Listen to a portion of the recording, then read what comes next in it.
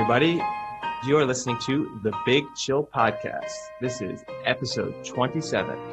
How good would the Patriots be right now if they had a QB like Tom Brady?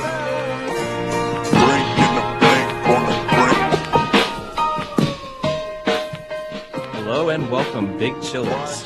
Before we say hello to the boys, I want to start off and apologize directly to Steven Goskowski, who, for those who don't know, the Titans were down 27-24, and he came on to kick the game-tying field goal, which would have covered my bet of the week, Titans over 26.5. So there was absolutely no chance he was going to make that field goal. The Duca curse was way too strong, willed that ball off the goalpost. So I apologize. It wasn't your fault. It was my fault. You never had a shot. And really pisses me off because I think it's probably the first thing we're going to get into is not only did my bet of the week lose, not only did the Titans lose, but then the Steelers won another damn game. So with that, Eddie, I'll let you give it to me. I'm not going to give it to you because in the end, I was kind of making fun of you at the beginning of the game because of the first quarter, even for the first half, I guess, the Titans looked absolutely terrible. In the end, they came back pretty nicely, and you were unlucky to win, but you would have been – it's one of those ones where you were unlucky to lose, but you would have been lucky if you'd won, if you see what I mean. Like, it falls in this weird category. Yeah. That being said, I'm going to offer you – I think we probably each have a couple of takes that we need to retire, and I'm going to insist that you have to retire one of these two things permanently. Option one, the Steelers aren't good. You either have to retire that, or option two, that the Texans are in any way good. I knew you were going to hit me on that one too.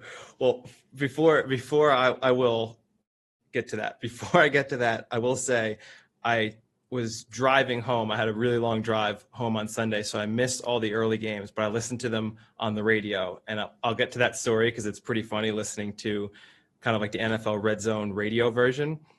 But I did see your text early on that basically said, you picked the Titans over 26. You sure you didn't mean 2.6? And then as they slowly started creeping closer and closer, I was just waiting for them to win because all I wanted to do was text, that didn't age well, huh, Eddie? I was so bad, wanted to kill you on it. And they just couldn't come through enough to be able to do it. So, but yeah. I mean, I enjoyed that one because I didn't particularly care who won that game, apart from obviously my prediction on here that the Steelers would win. That was my only reason, in a sense. Like, yeah, it was a good game and I was watching it. I mean, it wasn't a great game for long, but good game on paper. So like a kind of must watch with two playoff teams. But I did enjoy early on kind of getting that chance to rip into you. I knew doing it was risky because I was doing it. I made my first comment when it was 7-0, so it wasn't a 0. Yeah.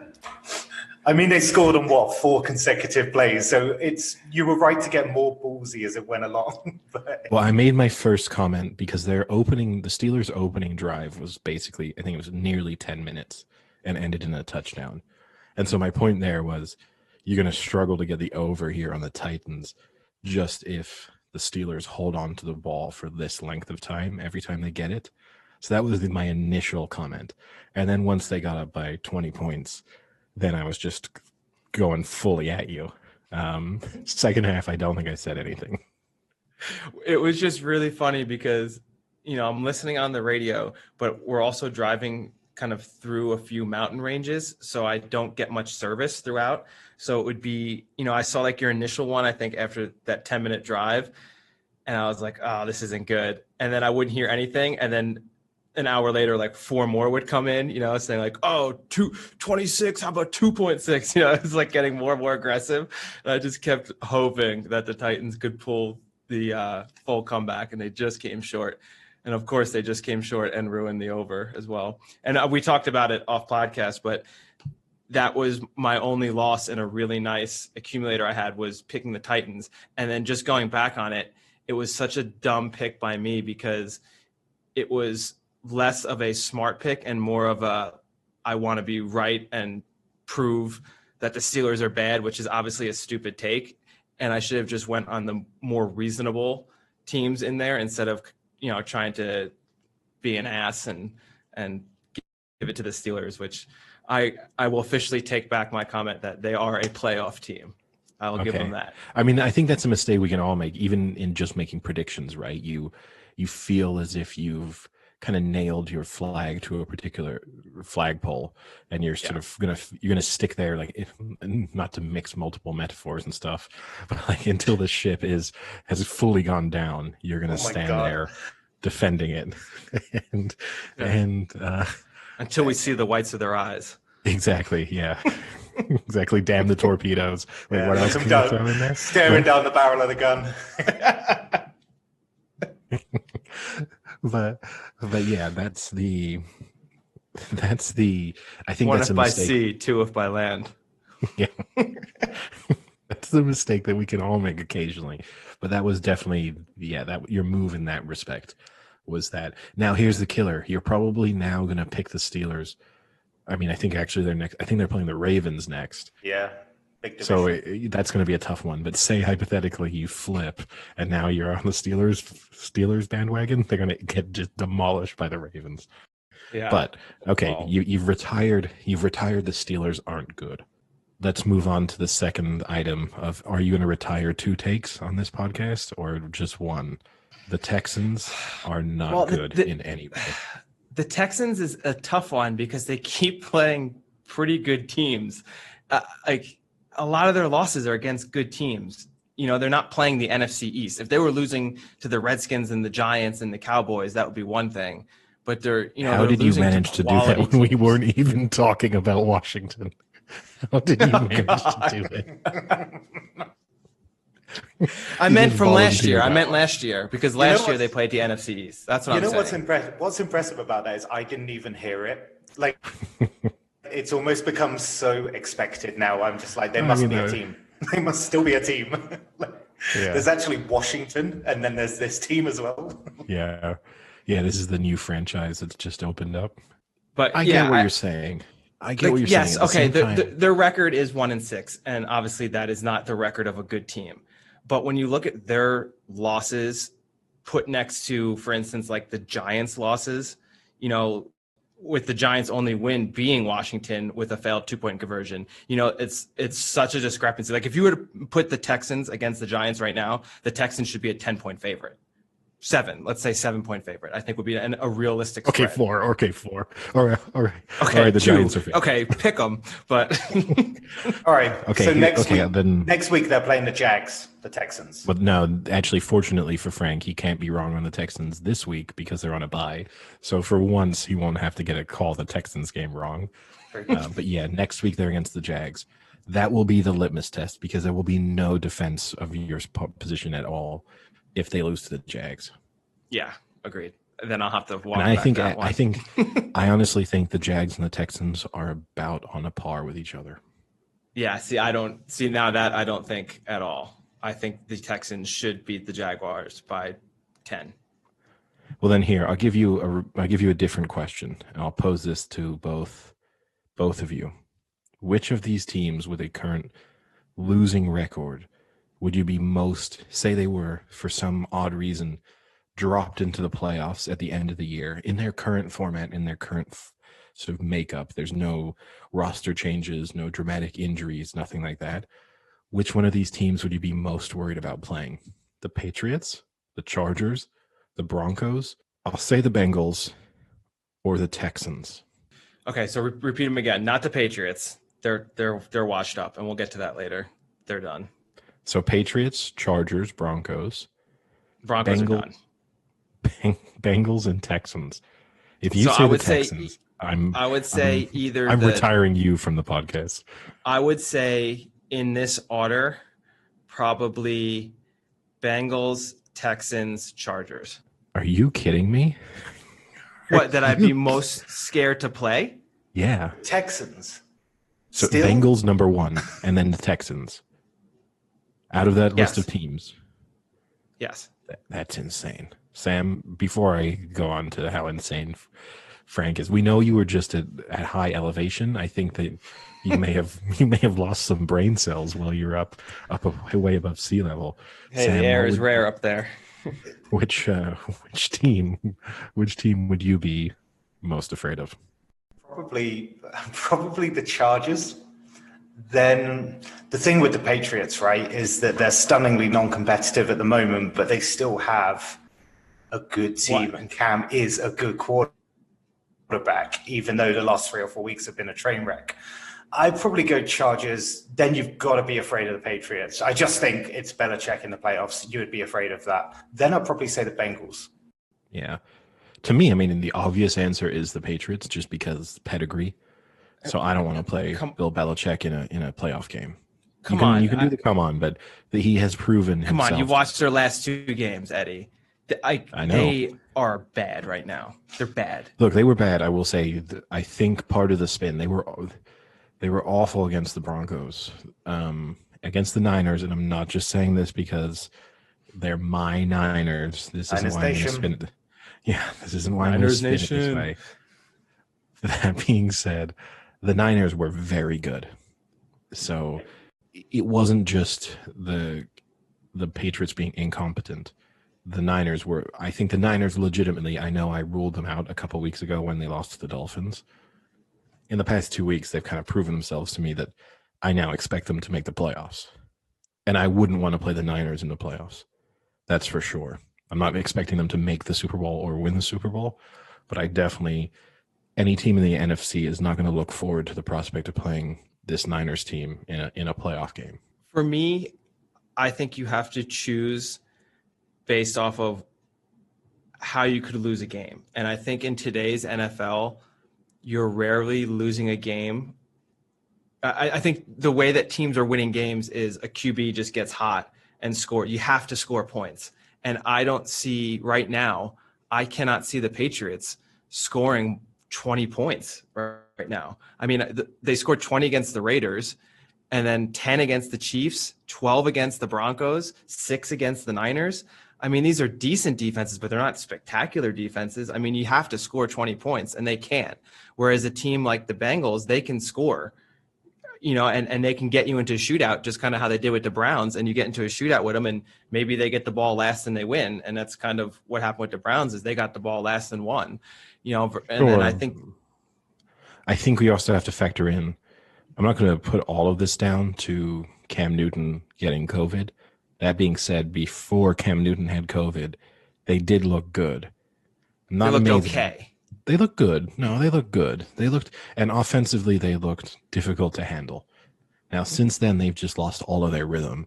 My expectation will be, whilst I think now they'll miss the playoffs, because, I mean, it's not that we're doing our weekend previews here, but in a sense, their playoff hopes will be decided this weekend. Because if they lose to the Bills this weekend and they drop to 2-5, and the Bills are 6-2, the division is out the window, you'd have to think.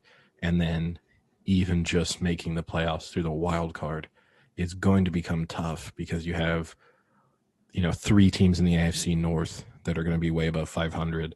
You've got probably someone out of the Raiders or the Chargers who are going to be above 500. The Colts are going to be above 500. So, and you have the Texans screaming back. You have the Texans maybe winning another game this year. Really intimidating. Well, the thing with Cam is, you're right. He looked good those first 2 games, but is that just a very different quarterback on the Patriots that teams weren't prepared for? And then once they had some game tape of him, they're able to shut him down and make him throw more. And obviously he's not a good throwing QB right now. Is that the reason why they're dropped off? Or is it the COVID issue, which, it's been brought up that some people aren't recovering as well from COVID, and he swears he's healthy and fine, but who knows? I mean, I don't think he would hide that. I think at this point he would want to say, yeah, I don't feel that great. This is why I'm playing like shit. Because the stat that was crazy to me, since he's come back, his QBR is 12.5, which is below abysmal. There's only one quarterback who hasn't hit that, and that's Joe Flacco on the worst team in maybe the history of the NFL right now. So to be that bad in these past 2 weeks, if it's not COVID related, then that's bad. Yeah, no, I think he looks bad. That's for sure. I mean, I think he's played against two above average defenses in those games. I know the Broncos are not good, but their defense is pretty decent. And the Niners defense is not amazing, but it's pretty good. So there's that aspect. Also worth noting, just while we continue to kind of drive the Texans are bad line into the ground, we did discuss Deshaun Watson's very, very slim MVP hopes on Thursday when he was 80-1. You'll be pleased to know, if you are such a believer, Frank, he's now 100-1. So you should leave time to buy. More value. I mean, again, statistically, not a terrible game for him. 300 yards, 2 TDs, no interceptions. Yeah, great. Some garbage time yards there, though, right? Like, they put up their points when the game was over and done with. Yeah. Here's the interesting thing, just also because we talked about it. So Russell Wilson's MVP odds have not changed after yesterday, which kind of surprises me. I thought Rodgers would now be favored. No, Russell Wilson is still odds on. Wow. I assume Murray shot up. Murray he has the same odds as he had on Thursday. Where is he in the ranking? Just like tell me where. Like he's 6th. So there have been a slight, like, Mahomes has gone 2nd. I think he was 3rd before. So Mahomes and Rodgers have had their odds cut, and Tom Brady I think was 16-1 or around there. Here comes Brady, and Brady is now 12-1. Here comes Brady, and he's got Antonio Brown coming next week. Yeah, wouldn't the Patriots love to have a QB like Brady? Like, that's what they need right now. Imagine Tom Brady on the Patriots. How many Super Bowls could they win? Now, here's the interesting one. I love that take, Sam. That's great. I'm going to use that for weeks now. Someone whose odds did not change, which kind of surprised me, was Baker Mayfield. Baker Mayfield's still 80-1. I wouldn't have expected like a significant shift, but he was really, really good in that second half. I read that was apparently one of the best Browns QB performances. Apparently, is it that sky high? I mean, it was good. It was really good. Well, the issue is that if he hadn't started off, that's not saying a lot. If he hadn't started off 0 for 5, and with that interception, it would have been literally flawless. I mean, I think he only had 1 incompletion after that. Yeah, no, I mean that's the thing. But look, I'm not saying that I expected him to suddenly be 20-1 in the MVP race. But the fact that he put in what will probably be at the end of the year one of the best quarterback performances of the season, and that didn't change his odds at all, and also in a win that, against a not good Bengals team, but that still keeps them right in the playoff hunt, and potentially divisional hunt. Yeah. It just kind of surprised me. I would have expected, if you'd asked me to predict it, I would have said that he's now like 60-1.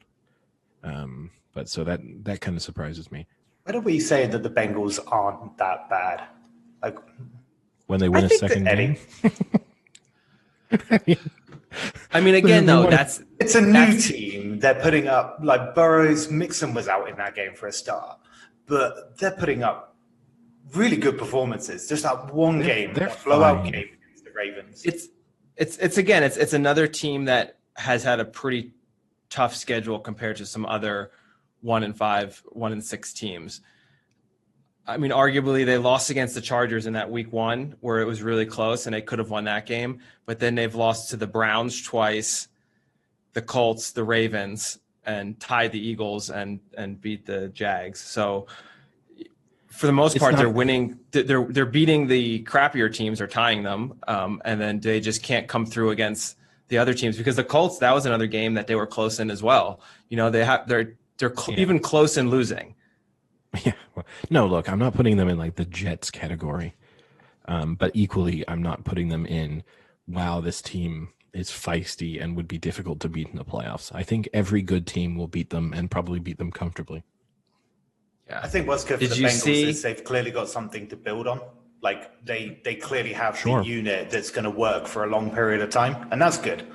Well, no, I think if you're a Bengals, if you're a Bengals fan, you've seen enough from Burrow this year already to think that you have something exciting for the next 15 years.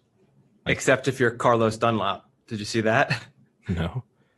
So Carlos Dunlap, he played in a decent amount of the first 3 games, and then he got kind of benched this last game. He went from like 60-70% of the snaps to like 15 or 20.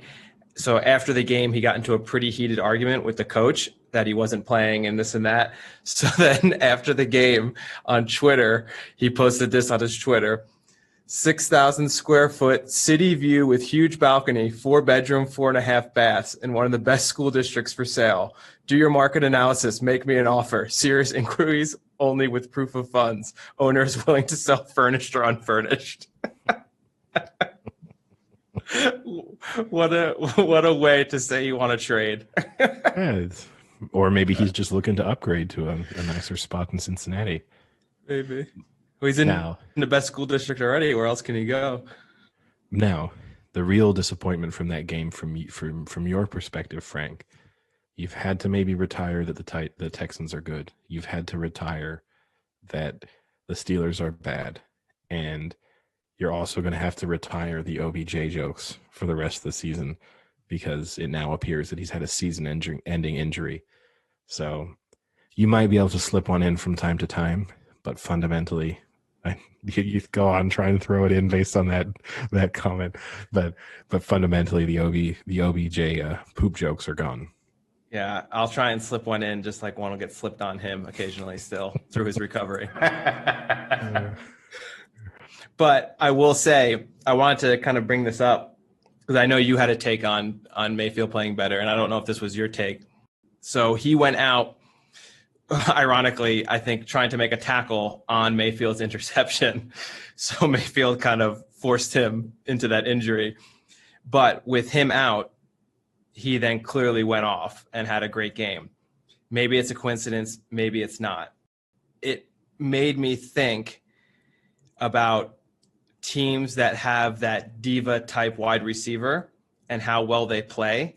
So I just did very briefly, I didn't get too much into it, but just looking at the past Super Bowl champions, the last one I could find that had a true like diva type personality at the wide receiver was 2002, the Tampa Bay Bucks with Keyshawn Johnson.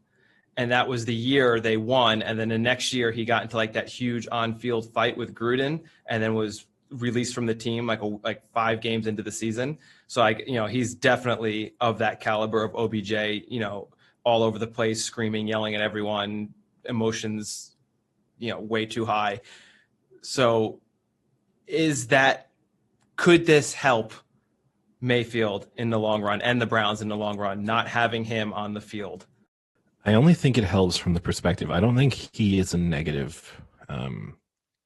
He has a negative effect on the team. I do think that the thing the Browns have going for them is they have a lot of weapons and a lot of really capable receivers and backs and everything. And when you remove someone from the field who expects to get the ball a lot, and not in a bad way, but just knows how good he is and thinks he needs to be one of the centerpieces of their offense, and I think that will impact their play calling and also even Mayfield on the field, maybe in terms of it's going to be the first guy he's going to look to, or in a tough moment, you're going to rely on OBJ. And sometimes they get criticized, right, for not involving him enough, like particularly early in the season when they were struggling a bit. One of the criticisms was like OBJ is not involved enough in this offense. And to me, maybe removing that pressure just allows them to bring more people in and to have a more complete offensive approach, and that might really suit them. And I think even when you look against the Bengals, right, he was throwing touchdown passes to guys who, if OBJ had been on the field, probably just wouldn't have really been involved. And he was able to hit random receivers or whatever and kind of, in a sense, hit the best target on each play versus maybe thinking, I have to throw to OBJ, and if it's not OBJ, I need to throw to Landry, and this is kind of the way we're going to go. So I think that I know you just said no, but every point you just made in there basically said, yes, they will be better without him. Well, what I mean is not because it's not his fault. That's kind of what I'm saying. It kind of is, because I think he is a player who demands the ball, and when he doesn't, even if it's just little things of him coming off to the side and throwing his helmet and kicking field goal things, like teammates notice that. and that's especially a young quarterback like Mayfield is going to see, one of the top paid receivers getting super frustrated on the sidelines. And he's going to think, oh shit, maybe I need to start getting him the ball more and start forcing things. And I'm not saying he's not a great receiver, but the past year or two, since he keeps getting injured and is never really at 100%, it seems like he's not that dominant out there anymore. He isn't like Michael Thomas is right now, or DK Metcalf, or any of those people. He hasn't been the same the past year or two. So I think they have enough weapons that losing him, I think, is only going to help. Losing that A-level personality, but still having so many weapons to go to, I think is going to help them. Maybe. I always think the addition through subtraction stuff with players, with squads and squad strength, I think usually it's wrong. And I don't know if you're right that his on the field, but sort of slightly off, right? Like the sideline antics that he has occasionally cannot help. But I don't think there's any indication that overall he's a bad teammate. So I don't know how much of a diva he necessarily is really within the squad. So we'll see. I mean, time will tell, right? We don't want to overreact because I know the Bengals they're not terrible, but they're not amazing. They're not a playoff caliber team. So the fact that they were able to squeak one out against the Bengals doesn't mean, there you go. Come on, Frank. go for it again. Squeak one out or squeak one on? Because they squeaked one on OBJ by injuring him. That's not even the best use of that. But just the fact that they were able to squeak by the Bengals doesn't mean that they're suddenly like things have been fixed. And the Bengals have not been good defensively all year. So even Mayfield having a great performance and them looking good offensively doesn't mean that they fixed any problems either. And there's also nothing to say that they wouldn't have been able to do that with OBJ on the field. So we'll wait and see. But I'll put it this way, him being injured isn't such a big blow to them that suddenly their playoff hopes are gone. I think that's clear.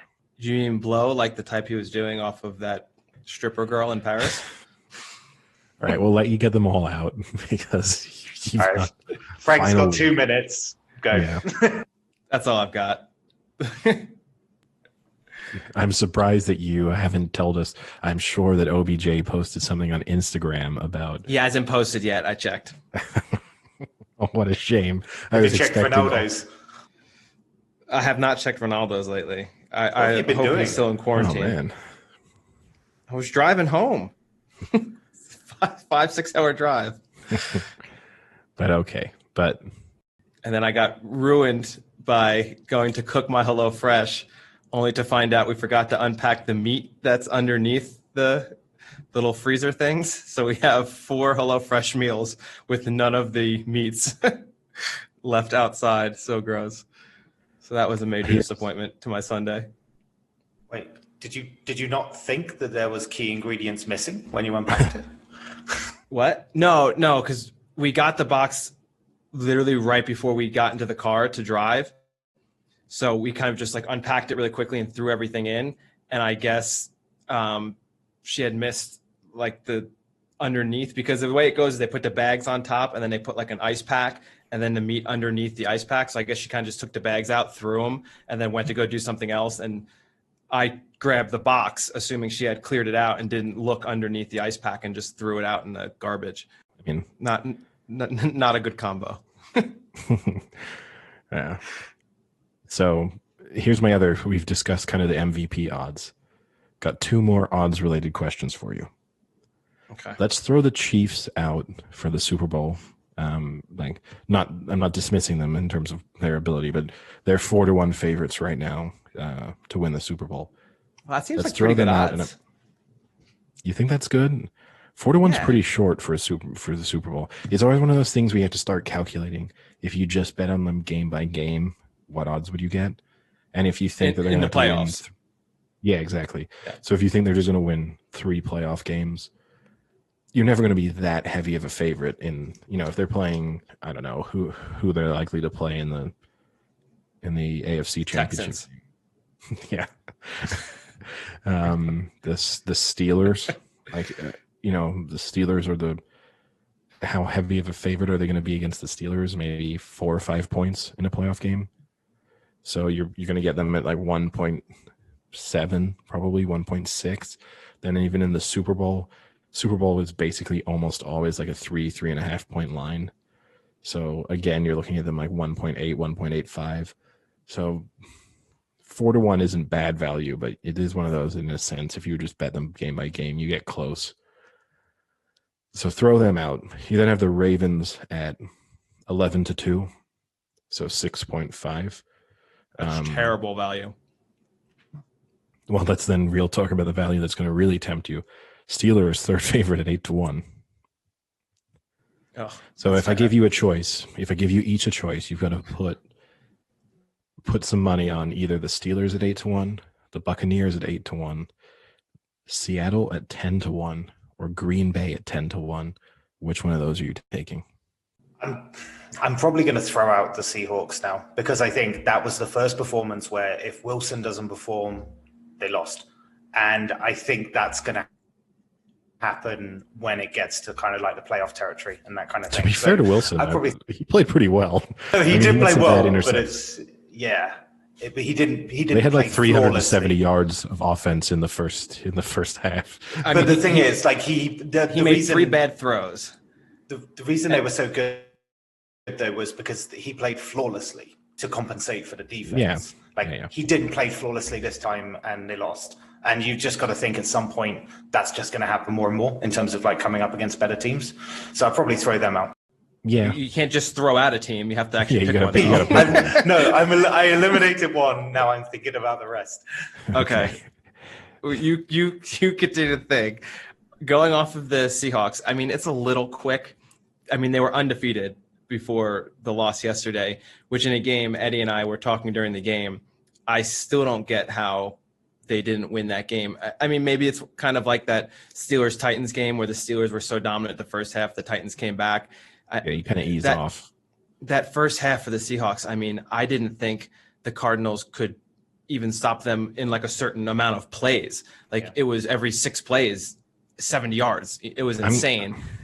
But I'm going to go so far as to say it's not just that I don't know how Seattle lost that game. I don't know how they didn't win it by more than 10 points. Based on how they didn't. No, but based on how that game went. And if you're them walking off that field, you have to feel that way. You got to be like, not only did we blow this, like we should have won this easily. Like this shouldn't have been a comp. The stat to me that was the craziest that Sam's alluding to with how bad their defense is, they didn't actually register a hit on Kyler Murray the entire game. That's a pretty crazy stat considering that means they didn't sack him. And even when he was running, he was able to either slide or get out of bounds before they could even get to him. You know what? I know you complained about him being a little bit of a sissy when he runs with the ball. He is a sissy when he runs the ball. Here's what I will say. What he does also really annoy me with, he doesn't really slide. He tends to kind of like collapse to the ground at moments when he sees contact is potentially going to come. And I think he does that intentionally because, not to bring back the Niners back into this, but he had a couple crucial penalties for like rough, like not for like a hit on a sliding, unnecessary roughness, whatever, in that Niners game. And it's because when he's like running with the ball, he'll suddenly sort of awkwardly fall to the ground, almost like semi-head first. It kind of just looks like he's been shot almost at times, but he's just like diving down quickly to get out of contact as quickly as possible. And part of me suspects he does it on purpose because he knows that it makes it a little bit harder for defenders to react to it. And so that they're more likely to not pull out of a hit on him. Eddie, don't you know? He played baseball. He's the best slider. That's why he's such a good slider, because he played baseball. Did you know he played baseball? Did you know he was a third pick overall and he had a $6 million signing bonus? Did you know that? I didn't actually. I was too busy focusing on Fitzpatrick and the fact that he went to Harvard. And he's quirky, super quirky. All right, so I'll give you mine. Okay. Mine is the Bucks, because every week they seem to just be gelling more and more. once you get to the playoffs, I can never rule out Tom Brady, whether he's 23, 33, 43, 63 years old. You can't rule out Brady in the playoffs. He's a really good competitor, and that team is stacked. I mean, if he was 66, you'd still wouldn't rule him out. No, he'd probably be the best coach ever. But I get their what team you're is stacked, and their team is stacked on offense and on defense. Their defense is good. I mean, when you have a team that can put up 35 plus points and limit the other team to, in the 20s, like there's not many teams in the NFL that can do that right now. They have two things going against them. I do think the Bucs would be my pick out of those four. They have two things going against them. One, they're bringing Antonio Brown in. So who knows how he's going to disrupt that locker room. He's going to be handing out like gummy bear bags of dicks, or like probably like shooting one of them or something. Who knows what's going to happen. Wait. Say that again. What was that? Why would he be doing that? Because you can buy those. They're the kind of joke things. It's like they're gummy bears, but not obviously gummy. They're like gummy candies shaped like dicks, and then you hand them to people, and they just like eat a bag of dicks. It's this like gimmicky thing that people buy. And when his girlfriend or whatever, when he had that issue where they had to call the police because she was taking a car that she said was her car, that whole story that happened like after he got cut from the Patriots, this like weird thing going on. Part of it was that he had some of those bags, so I think he gave them to her, and I think he may have even like handed them over to the police as well. I can't remember the exact details of the story, but he's a big fan of the like eat a bag of dicks gummies. But anyway, they've got that. They've now thrown that volatile substance into their locker room. The second thing is, the longer the season goes on, like Brady's brain function, you're hoping that the dementia doesn't progress more between now and late January. By then, who knows? He will no longer be eating solid foods. He'll be throwing the ball he'll just be snapping it and throwing it the wrong way. It'll just be an arm. It'll just be an arm. Everything else, like body and mind, will just be degraded down. I mean, actually, now that I thought about it, when I combine those 2 points, maybe that's why they're bringing Antonio Brown in, because they know that Brady's going to be off solid foods within a few months, and those bag of dicks are going to be the only thing he can survive on. You can see the headlines. Brady wins championship. Credits bag of dicks for victory. It'll be like when Marshawn Lynch used to have the Smarties, that you like pour into his mouth after touchdowns and stuff. But it will just be Antonio Brown shoving dick gummies into Brady's mouth after each completion. Quote Tom Brady. I thought they were real. I didn't know they were gummies. For me, I was thinking the Bucs as well for similar reasons to Frank, but also, I mean, the value bet there out of all of them was the Packers, right? They were on the outside. Maybe. And the Packers, I think if you're putting them face to face, the Bucs versus the Packers, both have good QBs. I give obviously the edge to Rodgers. Weapons around them, I give the edge to the Bucs.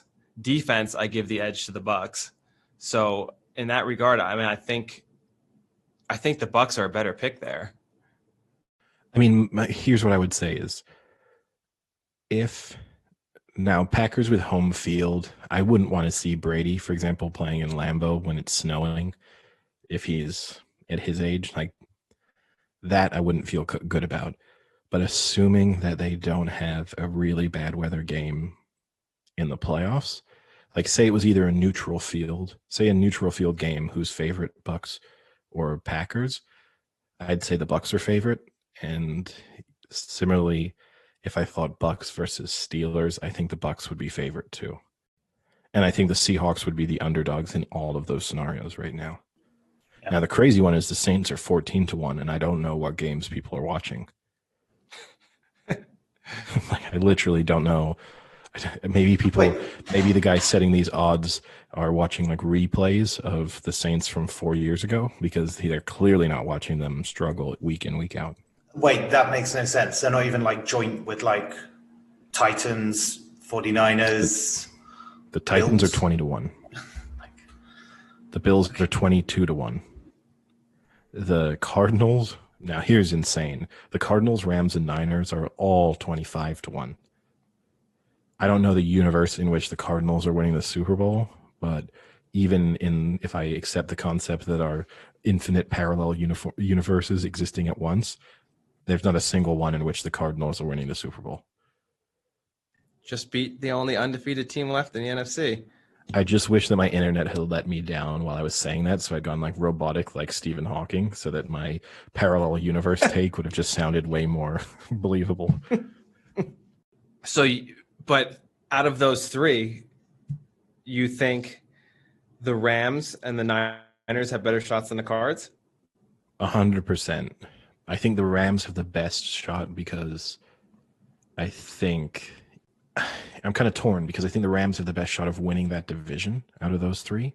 So in that way, they have the best Super Bowl odds.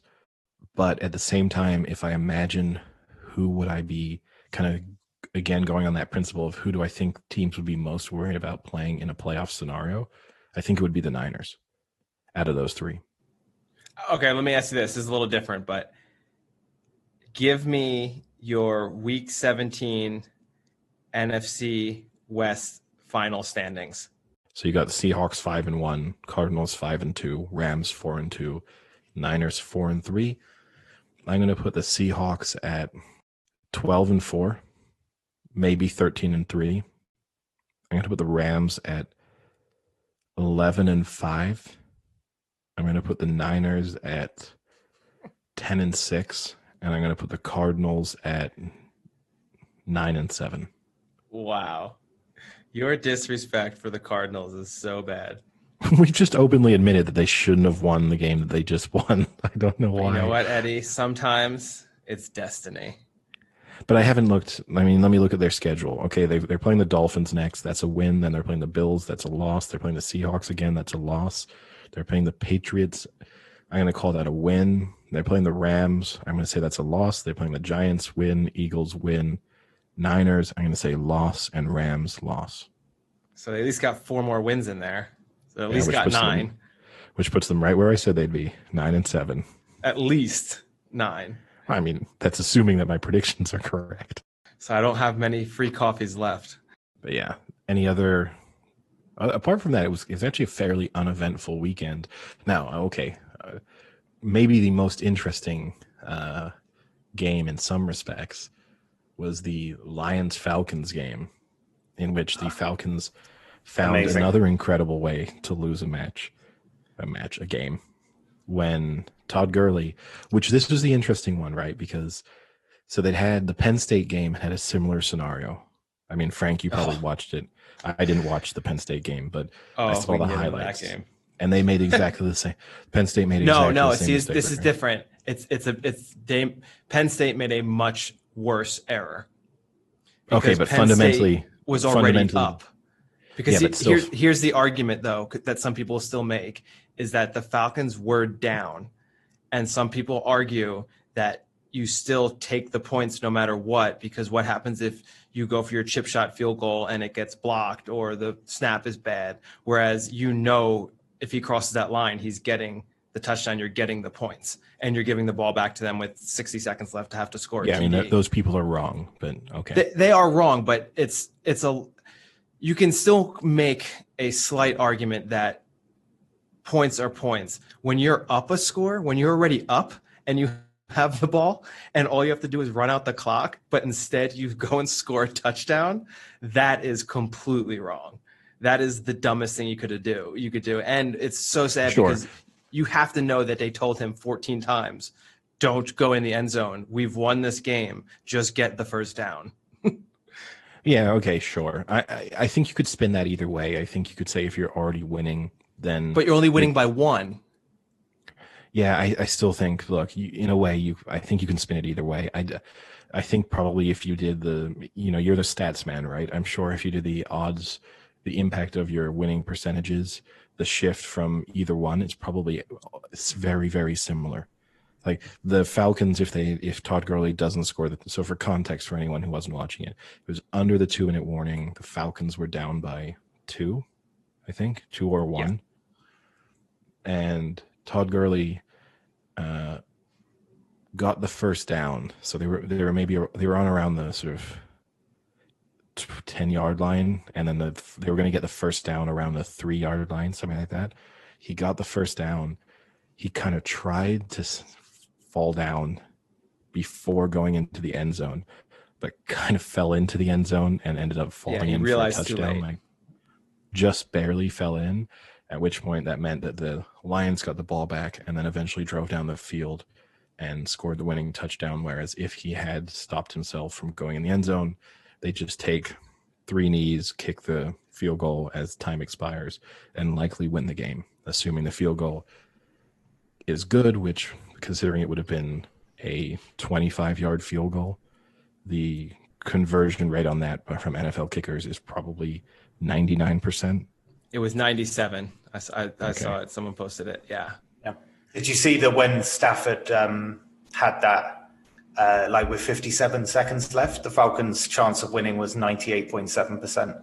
And it's, the first time in a season that a team has lost 3 games at a point of being over 98% chance of winning.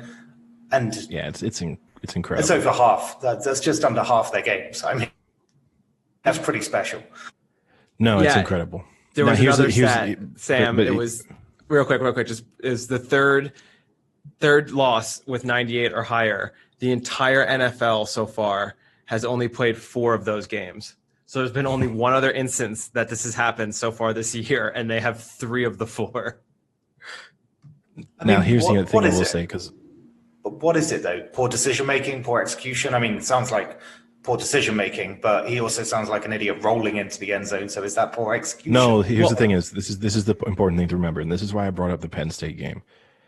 Because during the Penn State game, Todd Gurley twice in his NFL career has done exactly what he was supposed to do, which is turn down a touchdown to go down on the 1-yard line. And he's even done it in instances where he's had like much more, where you'd argue that him scoring a touchdown would have probably put the game out of reach, but he's actually chosen to go down. Like, he's had situations where his touchdown would have made it a 2-score game, but he's still gone down. And so after the Penn State game, the irony kind of what ended up happening was, after that Penn State game, everyone referenced the multiple times that Todd Gurley has done exactly what the Penn State player should have done. And then less than 24 hours later, Todd Gurley makes a mistake that he was being praised for not making. So I don't think, I mean, it must be tough, because the in a way, the mistake that Todd Gurley made was he tried to break that tackle. Like, when you watch it, he breaks a tackle when he's already got the first down, and he should have just let himself be tackled. But obviously, when your instinct is kicking in when you're being tackled, that's probably not the easiest thing to do. But he fundamentally should have just gone down there and then. And then once he broke the tackle, he kind of had like a little bit of momentum going forward, and then fell into this awkward position of trying to stop himself. And you can tell he did try and stop himself. I'll also say, one of the more unique situations, I don't think I've ever seen defensive players signaling a touchdown before. Because when Todd Gurley kind of falls sort of into the end zone, but it's unclear if he broke the plane, you had Lions players literally signaling a touchdown to the officials. Like, that was bizarre. Well, this is I have to give credit to the one Lions, I guess, cornerback or safety. So for those who didn't see the exact play, like Eddie's saying, he runs through the hole, and the linebacker like kind of pretends like he's going to tackle him and doesn't. But then there's a safety that like kind of wraps up on his back for like a yard or two and then lets go, and Gurley runs in. Now, when you fast forward, in hindsight, they had told the Lions defense to let him score. So this Lions defender made such a nice play of pretending he was going to tackle Gurley to make Gurley want to push through the tackle to score a touchdown, but didn't tackle him enough as to accidentally bring him down. Now, that is an impressive ability, to be able to fake tackle someone enough to have them drive through and score, but not to accidentally pull them down. That was impressive. Well, either that or you're giving him way too much credit, and the Lions defense is You just just awful. forgot. And that was Yeah. a legitimate attempt to tackle him. And after he went off the field, they were like, "Oh man, that was great. Good job pretending to tackle him there." And he was like, Oh, "Oh yeah. yeah, for sure." Yeah, Well, nailed it. in the timeout, they told all the players, like, when they run, just let him score. Oh Do no, not sure. And stop look, him. they did the reverse, right? In the timeout, all the Falcons players said, "Don't score a touchdown." So, they all got very clear instructions as to what the scenario was. I always find that an interesting one because it even bothers me when we talk about like NFL scenarios. It bothers me when a team doesn't let them score. Like even, there are moments when not even that they're going to be able to like actually kill all of the clock. But when it's, oh, if we let them score now, we're going to get the ball back with 2 minutes and 15 seconds left. Whereas they've got like first and goal from the 2. Maybe we're going to be able to get the ball back with, 70, 60, 60, 40 seconds left. It's just like, why don't you just let them score and give yourself time as much? Like the concept that you might stop them, hold them on 4 consecutive plays from your 1 or your 2, which occasionally happens. I mean, it obviously happened in the Arizona Seattle game where the Metcalf like chasing him down then resulted in no points coming up. But just a crazy ending. And the Falcons, I don't know if you're a Falcons fan, how you process this season. I guess you're happy they're losing because you won the better pick, but it's just got to be heartbreaking because you're probably picturing the universe in which you've won those 3. You're a playoff team, maybe. Yeah. You've won those 3. Yeah. You haven't defied great odds to lose them, but instead did what the 98% odds said you would do and won. Yeah. Now, wait, real quick. Okay. I want to wrap up and finish that game. Did you see at the very end what happened, though, for the Lions?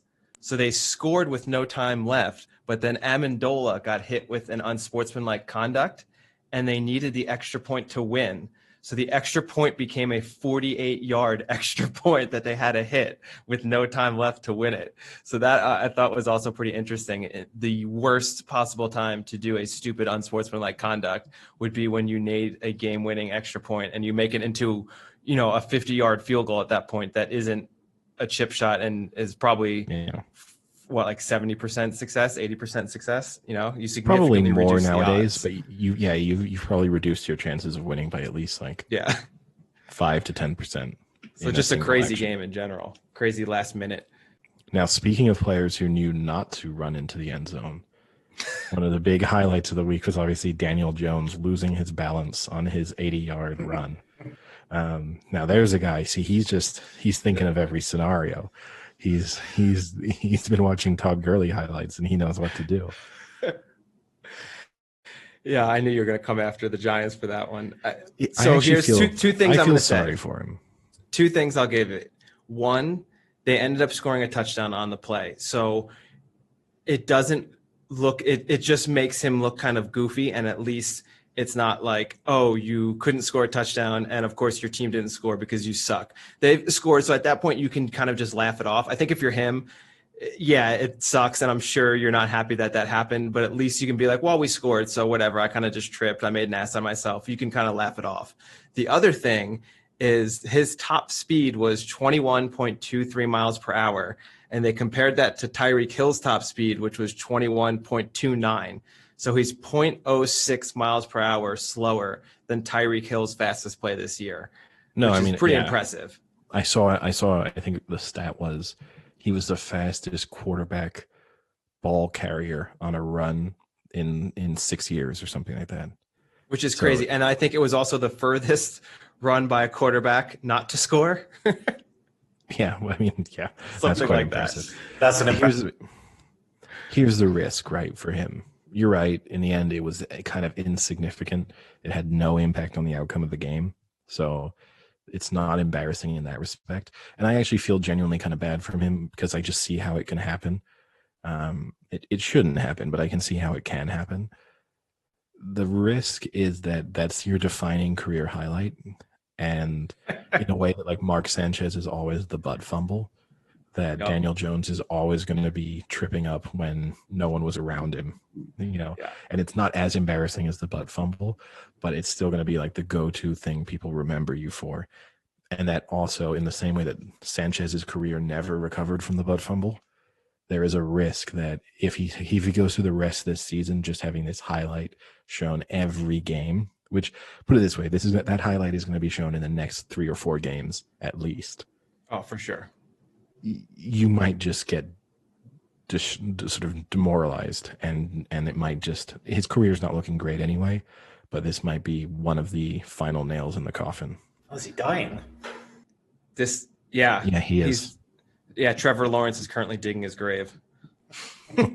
I mean, it's if one the of the Jets only can things, only right? get one damn win. Well, I mean, here's the thing too, right? They're only 1.5 games back. Their playoff hopes are not gone. Yeah, and think about that. If you're Washington right now, you have to be so pissed that you didn't win that game on that 2-point conversion against them. I know. I had to think about it. Because at that point, the Washington football team, they'd be in first place right now if they could have converted 2-point conversion, which is crazy to think about Washington being in first place. Yeah, the crazier argument might be if they'd played Alex Smith all year. Not that they're playing Alex Smith, but if they had played Alex Smith all year, they may be in first place. Yeah. And that actually brings me maybe to wrap up our kind of NFL segment.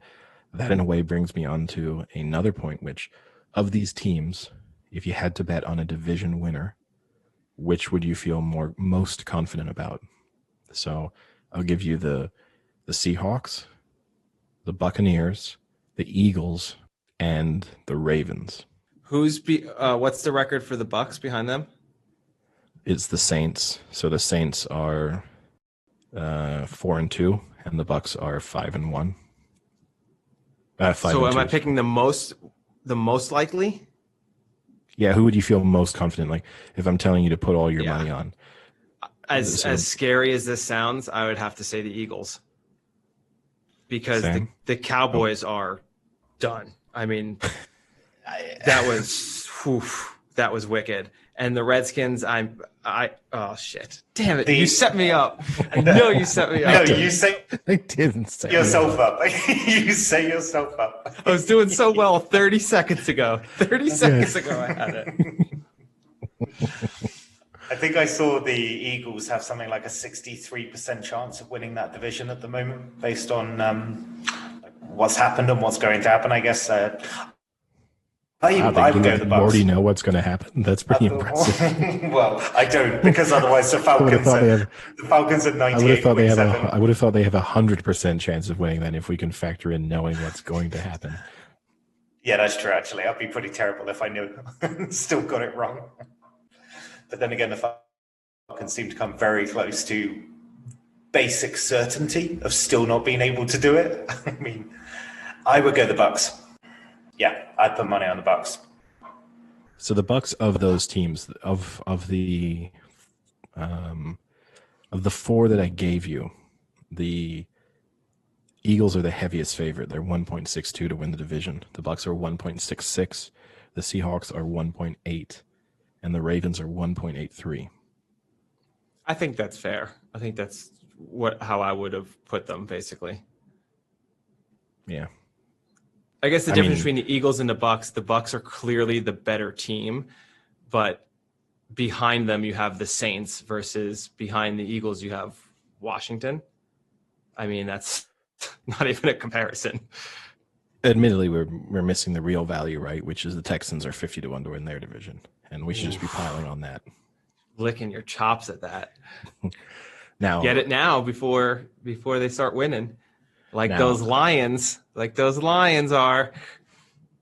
Okay, coming back. No, you got to retire that one too. Speaking of retiring points, I also have to retire one of mine. Is it that Jimmy G is good? No, it's that the Cowboys are good. And I'm going to say unfortunate circumstances have confirmed the fact that they're bad. First, obviously, Dak going out, and then Andy Dalton literally being murdered on the field didn't help them either. God. It was so bad. I honestly, I think what happened to Andy Dalton was worse than what happened to Dak, and I don't mean in terms of the intent of the defensive player making the play.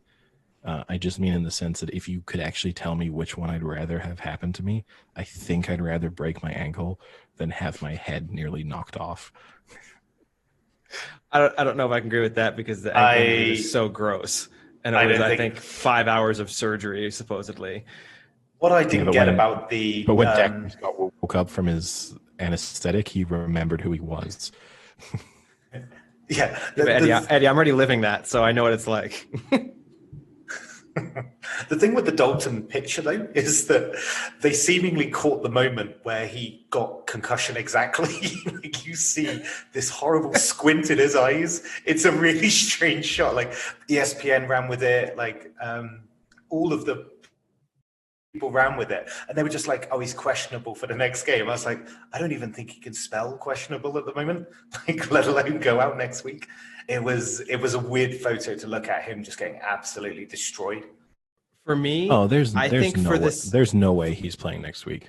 No, I was gonna say for the sake of the NFL and player safety, but also just so fans aren't throwing things at their TVs anymore, I think the NFL needs to put some sort of stricter punishment or penalty or something at any idiotic, asinine player who still wants to try and dive and tackle at the quarterback when they're starting to slide. It is the most frustrating thing to watch on TV because no matter how many times you tell me football is such a fast game of split decisions, it's not a split decision when the quarterback's going to slide and all of a sudden, instead of tackling someone how you normally would, you're driving your shoulder into the ground. If you're driving your shoulder into the ground, you clearly know you're going to hit him while he's sliding. It's not like they go to tackle him and he just suddenly dips under you and slides and you tackle on top of his body. They're clearly diving down at him. Just don't do it. Just stop. The next time someone does that, it should be like automatic disqualification from the game because they need to get rid of it, because when you're watching a game and your team does that and costs you 15 yards for the stupidest penalty, it drives me insane. I 100% agree with you, and I don't know how you can fairly punish them. But they have to do something to stop it. They have to do something. Rugby does something similar. Rugby implemented something this season, wasn't it, for the international season, was that if you basically don't wrap and you go in for that kind of full contact, then you're automatically off as a red card. But the problem with it is that, I guess similar with the sliding in the NFL, is if a player's falling or coming down in rugby and then you go in at a respectable height, but naturally because they're lower to the ground it doesn't look respectable, it can be considered a little bit unfair to be sent off for that reason. So would there be that kind of problem in the NFL? No, the problem with the NFL is you don't have American football doesn't have the concept of like a penalty box or a player being sent off. I mean, he was given a 15 and sent off, but but losing the player to me doesn't matter. It doesn't matter. Every time that they get a penalty for that, they should be sent off, and maybe that'll start driving home the message that stop doing it. Just stop. No, to me that doesn't matter because look, if you told me I can lose even if he's your star linebacker, if the exchange is, oh, we just knocked your quarterback out of the game and we lost our linebacker, which teams lost that exchange? So in a way you would be like, oh, bad move, but you know what? On this grand scheme of things, our chances of winning have probably improved. So unless you told me they were sent off in the sense that the team who he's sent off for is playing a man down on defense for the remainder of the game. Crazy. The only other thing I think is like, if I was going to steal ideas from they're never going to do that, right? Because you just get slaughtered. Like it would be so easy for now. Either you could tell me they play the remainder of that drive down a man, that I could maybe be on board with, or two, you award a penalty touchdown. Aren't you just going to go hell for leather on third down? Because you're just like, well, if they don't get one, then they're back on the pitch. It's almost like the win-loss. No, I'm like spitballing ideas here, right? But to me, the penalty touchdown is the only thing that I could kind of be like, this makes the most sense. You just give them 7 points, And even if you told me they get 7 points and they get the ball kicked back to them, like that to me seems like the most effective way of really punishing a team. Because otherwise just saying like, oh, this player is off, he's been ejected now. It's like, well, he might be your 4th string linebacker. Who cares? Yeah. And the thing too is, like I said, I'm so sick of people arguing about how like, oh, it's a split second game. You know, he's just trying to make a tackle. In what planet is that guy making a tackle like that, like how he did? There's no way. He clearly knows what he's doing. He's going to hit him while he's sliding. So until players stop doing that, they have to figure out some way to force them to stop going after the QB when they're sliding, because it's frustrating for everybody. Yeah. I mean, it's frustrating for the team that gets their QB knocked out. It's frustrating for the team that's rooting for the defense, because now you've just given them a no-brainer first down. You know, on every level, it's dumb. No, I agree with you. I thought that at the time, because it was game over for the Cowboys. So not that they were going to win anyway. They looked terrible. So Andy Dalton going out probably didn't significantly alter their chances, but it did just firmly shut the door. I mean, the fact that it's not a good sign when you have a quarterback come in who I literally had no idea who he was. And I know he got some snaps in the week before in the blowout to the Cardinals. So technically he already had 3 snaps in the NFL or whatever it was. But still, I was literally, they were like, Ben DiNucci is coming in. And I was like, I don't know if this is a real guy or if the announcers are just like playing a joke and they've just made up a random name to see if you know who the 3rd string quarterback for the Cowboys is. Unfortunately, due to the limited fan base, we couldn't get the best available athlete in the fans. We had to get the only one that's available in the stands. And it's Ben DiNucci. Yeah. Say hello to the crowd, Ben. He's like waving. Yeah. It was like Ben won the raffle at halftime. Congratulations on seeing it's just some 8-year-old child. Not only did Ben win the 50-50, he gets to get murdered on the field. The last thing I want to bring up before we finish football is before we hold on. Before we move on to the Cowboys game, there is one trade that is being talked about, which is the Cowboys to trade for the quirkiest quarterback in the league. For Fitzmagic. Really? Well, we can talk about that, because I am not on board with what the Dolphins are doing, especially now with the Patriots. You're wrong there. No, I'm not, because they are in contention for a playoff spot right now, and Fitzmagic is not playing bad. Why are you wasting the season? He's not great either. He's not great. Yeah, but you're putting in a rookie who you haven't even seen play yet, and Fitzmagic. Great. I think this is unfair to him when he's got a team that has potential to get a backdoor spot to the playoffs. I mean, what are they, 1 game out of their division? I would have thought the only person in the league with a backdoor spot to the playoffs is OBJ.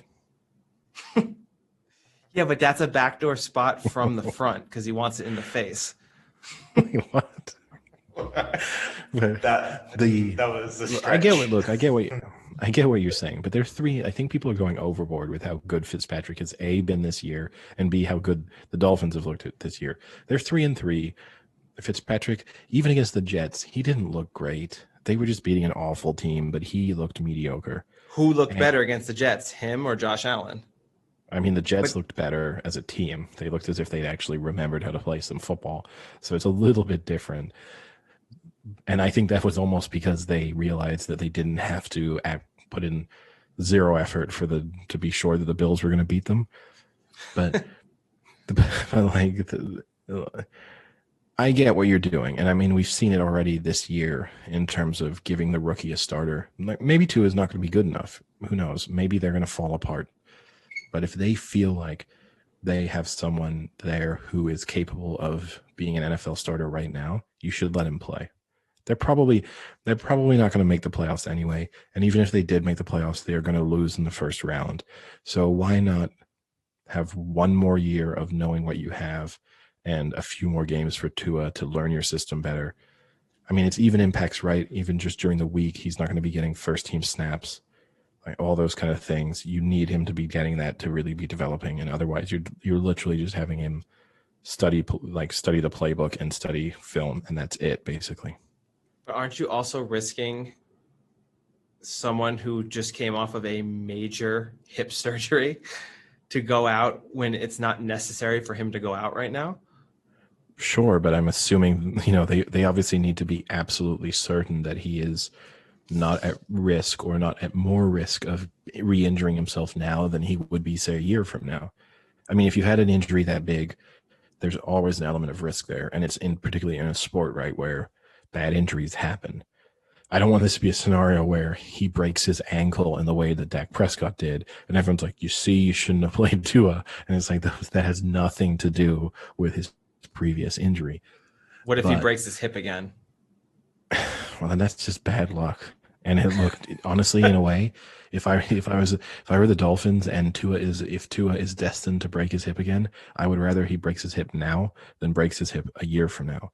Because if you are looking at the landscape in their division, the Bills are going to probably be good for a significant period of time now. There's no reason why the Bills shouldn't be good, a playoff team for the next 10 years, basically.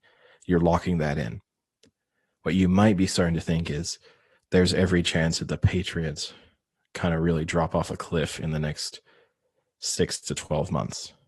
And so a bigger cliff than they've just dropped off of already. Yeah, so the Dolphins need to be thinking they need to be primed to take at least the second spot in that division. And the best way to know if you're in a position to do that is to start your rookie QB. Admittedly, Fitzpatrick annoys me most of the time with all the quirkiness. It was a little bit sad when he was genuinely emotional speaking about losing his job.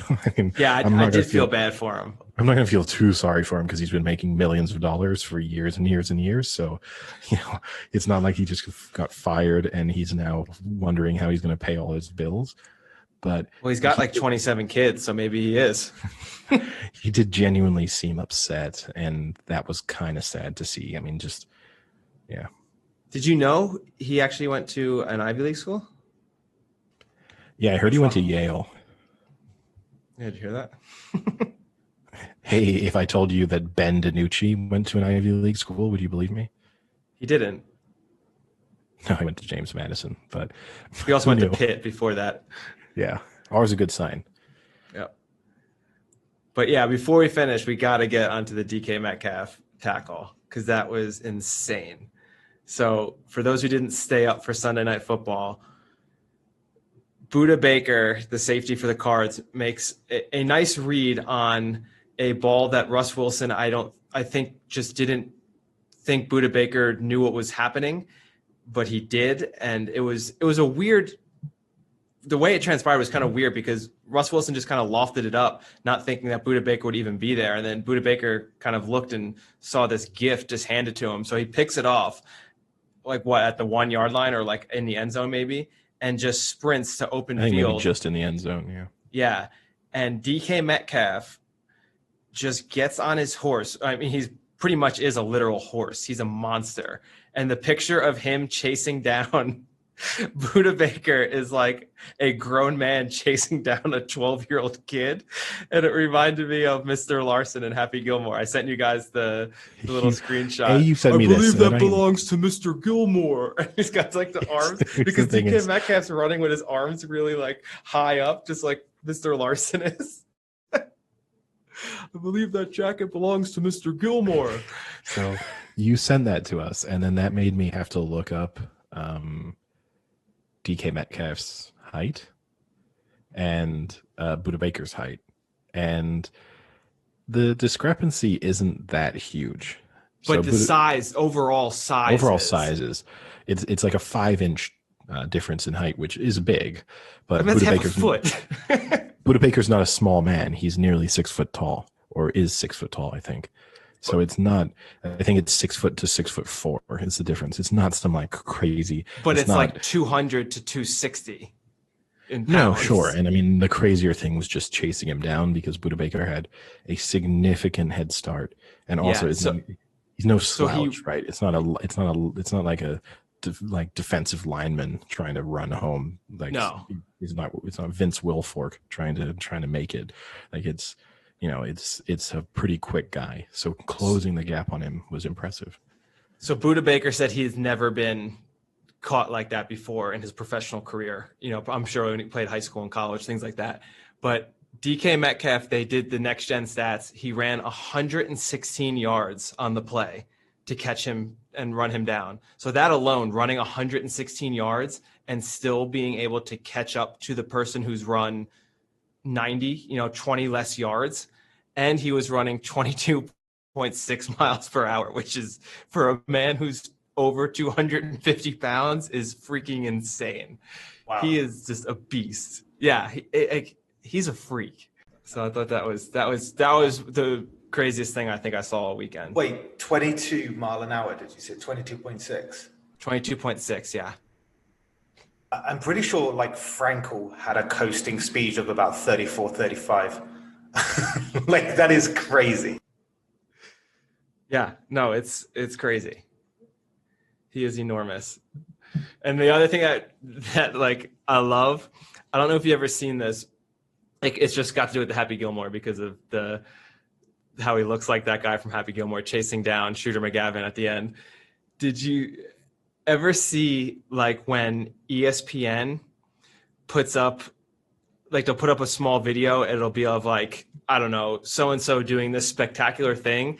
And then the first comment always in the video is, Happy Gilmore accomplished this feat no more than an hour ago. No matter like what it is, it's my favorite troll job that they do on any ESPN video. It could be like one of the good ones was when that Oregon female basketball player had like the most triple doubles in NBA history or NCAA history, and then the first comment was, Happy Gilmore accomplished this feat no more than an hour ago.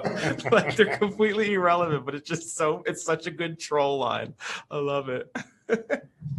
I've got one more question for you then, Frank, because my internet situation means that I sometimes take very bizarre YouTube deep dives.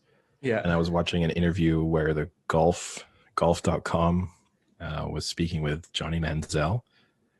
And wait, golf.com was speaking with Johnny Manziel?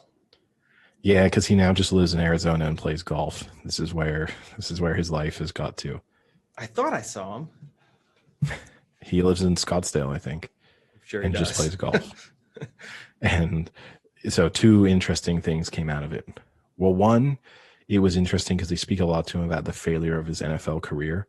And whilst he does admit some fault, he kind of treats it as if like he was self-sabotaging because he didn't want to be in Cleveland. Like, there's still not a lot of ownership there about the fact that he just completely blew his opportunity to be an NFL quarterback. The second thing is they asked him what's the biggest, like the largest sum of money he's played golf for. And it's $100,000, he said, was the biggest bet he's played. Oh, God. He's placed on a golf game. Now, admittedly, I think that's like 100,000 in total over different holes. So there's the reality is, even if you get crushed, you're not losing 100,000. Like, you lose by 7 holes, you're losing whatever. I mean, you're still losing, $40,000, but it's very unlikely you're losing the full 100. The most interesting question I think they asked him was, if they had to make a movie about your life, which actor would you want to play you? They took my icebreaker? No way. They took your icebreaker. Who do you think Johnny Manziel picked to play him in a movie about his life? Oh, God. He did not choose Matt Damon, did he? No. Okay, good. I don't want Matt Damon playing me and Johnny Manziel. In the same movie. Really confusing plot line. Oscar winner. He's reprising 2 weird roles. Yeah. Okay, so that's a tough one. You know what? I was gonna say maybe like Tom Hardy. No. It's such a weird pick that I'm gonna say you probably have a 0% chance of getting it. Is it Joaquin Phoenix? No. Weird as in still famous, or super famous person, super famous. Not similar. Is he like just doesn't fit the mold of what you'd expect Johnny Manziel to look like? I mean, they don't look that dissimilar, but not similar in age at all. and just a bizarre choice as to who you'd want to play yourself in a movie. Charlize Theron. No. So he picked Cameron Diaz. He picked Adam Sandler. I should have known that with the Happy Gilmore thing, yeah. And because of the what's the stupid football movie he did? The Longest Yard. It's actually decent. The Longest Yard, yeah. Yeah, the remake. When he plays one-on-one basketball with Michael Irvin. Classic. It's just, in a way, I think it's bizarre, but it's maybe the right choice because it's a reflection of the way Johnny Manziel approached his football career, that he would want Adam Sandler to play him in the movie, where like his focus isn't actually on the football or the athletic achievements. It's kind of in his personality and how he's perceived and his off the field antics. So it's clearly him being like, well, my movie about me would be funny, right? Like that's basically what he's saying. Like, forget about all the athletic achievements. Fundamentally, like my life story is Johnny Manziel the person, not Johnny Manziel the football player. I think. Now, do you think he chooses that after seeing Uncut Gems with all of like the gambling and things like that? Do you think he plays that part into it? Maybe. And the two people who were hosting it were surprised and then suggested actors who you would expect more to be doing it, like more serious actors. But yeah, he stuck to it. His second pick was Denzel Washington. Hey, you got to respect that. You know, no, like what's that? What do they call that when he's only white people colorblind. play like white roles? Oh yeah. Yeah, no, Denzel Washington white facing it up to play Johnny Manziel. That's a weird whitewashing, really, isn't it? Because he's white too, Johnny Manziel. Yeah, he's very white. So here's a question for you, banking off of the Happy Gilmore Adam Sandler. What do you think his net worth is? Adam Sandler? Yeah. Well, he signs those ridiculous Netflix deals, right? So I would say he's approaching $1 billion. Wasn't there at one point where he was actually like the world's best paid actor because of that Netflix deal? Because he gets like $50 million a movie from Netflix, I think. So his net worth, according to the sites I'm looking at, is about $450 million. Rough. Seems a little low. His movies have combined to earn more than $2 billion in the box office. Well, I guess he's undone there, right? Because his movies don't even get theater releases most of the time now. They're just like straight to Netflix. I guess that wraps up our NFL talking points, though. An eventful weekend in the NFL, a pretty dull weekend in the Premier League. The only real interest there was City slipping up again and looking unconvincing and looking as if they'll rule themselves out of the title race through their own sheer incompetence more than Liverpool being unstoppable this time around. I don't know, Sam, did you watch the West Ham City match? I watched a little bit of it, and it was one of those games that they were like, oh, West Ham are playing really well. And it's like, well, no, they're not. They're just coming up against a City team that is on their day being incompetent. That's kind of how the game felt. Well, also, I mean, West Ham were just, once they were 1-0 up, and particularly then in the second half, they were just backs to the wall. So complimenting them, I mean, defensively they were reasonably organized, but City still had the chances to win. So it was one of those where, and I say this as a supporter of a team who, when they were in the Premier League, often had to adopt backs to the wall approach. But sometimes I think people overstate how well you play when you're adopting that style because you're more relying on the other team not finding the way through. And also you're, in the case of West Ham, very dependent on the fact that you scored first. Like if City had taken the lead, it obviously throws that kind of game plan totally out the window.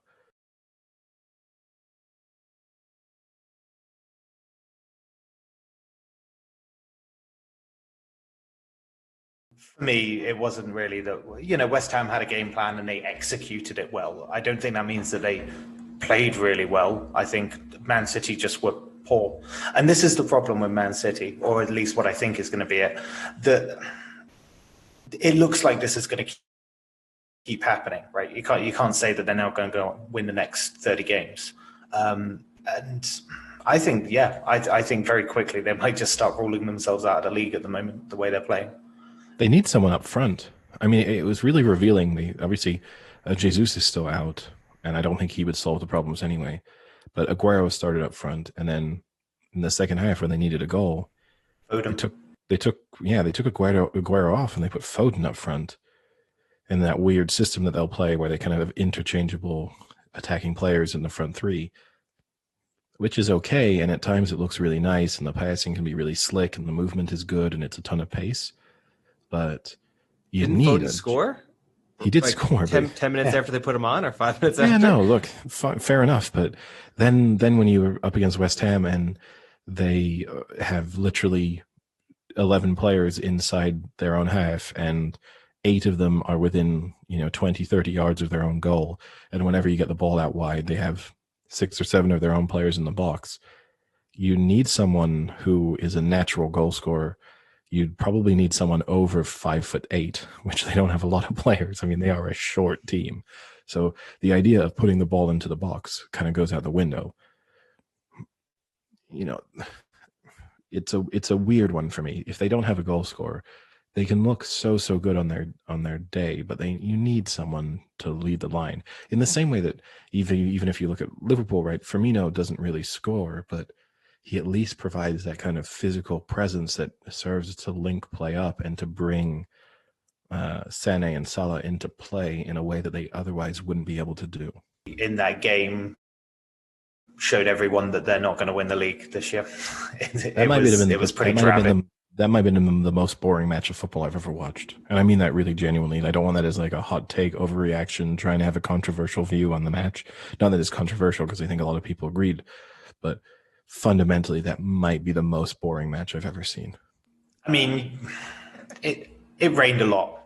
So that, of course, is going to make it slightly worse. But yeah, I mean, I don't know why, but I feel like it was a worse result for Chelsea.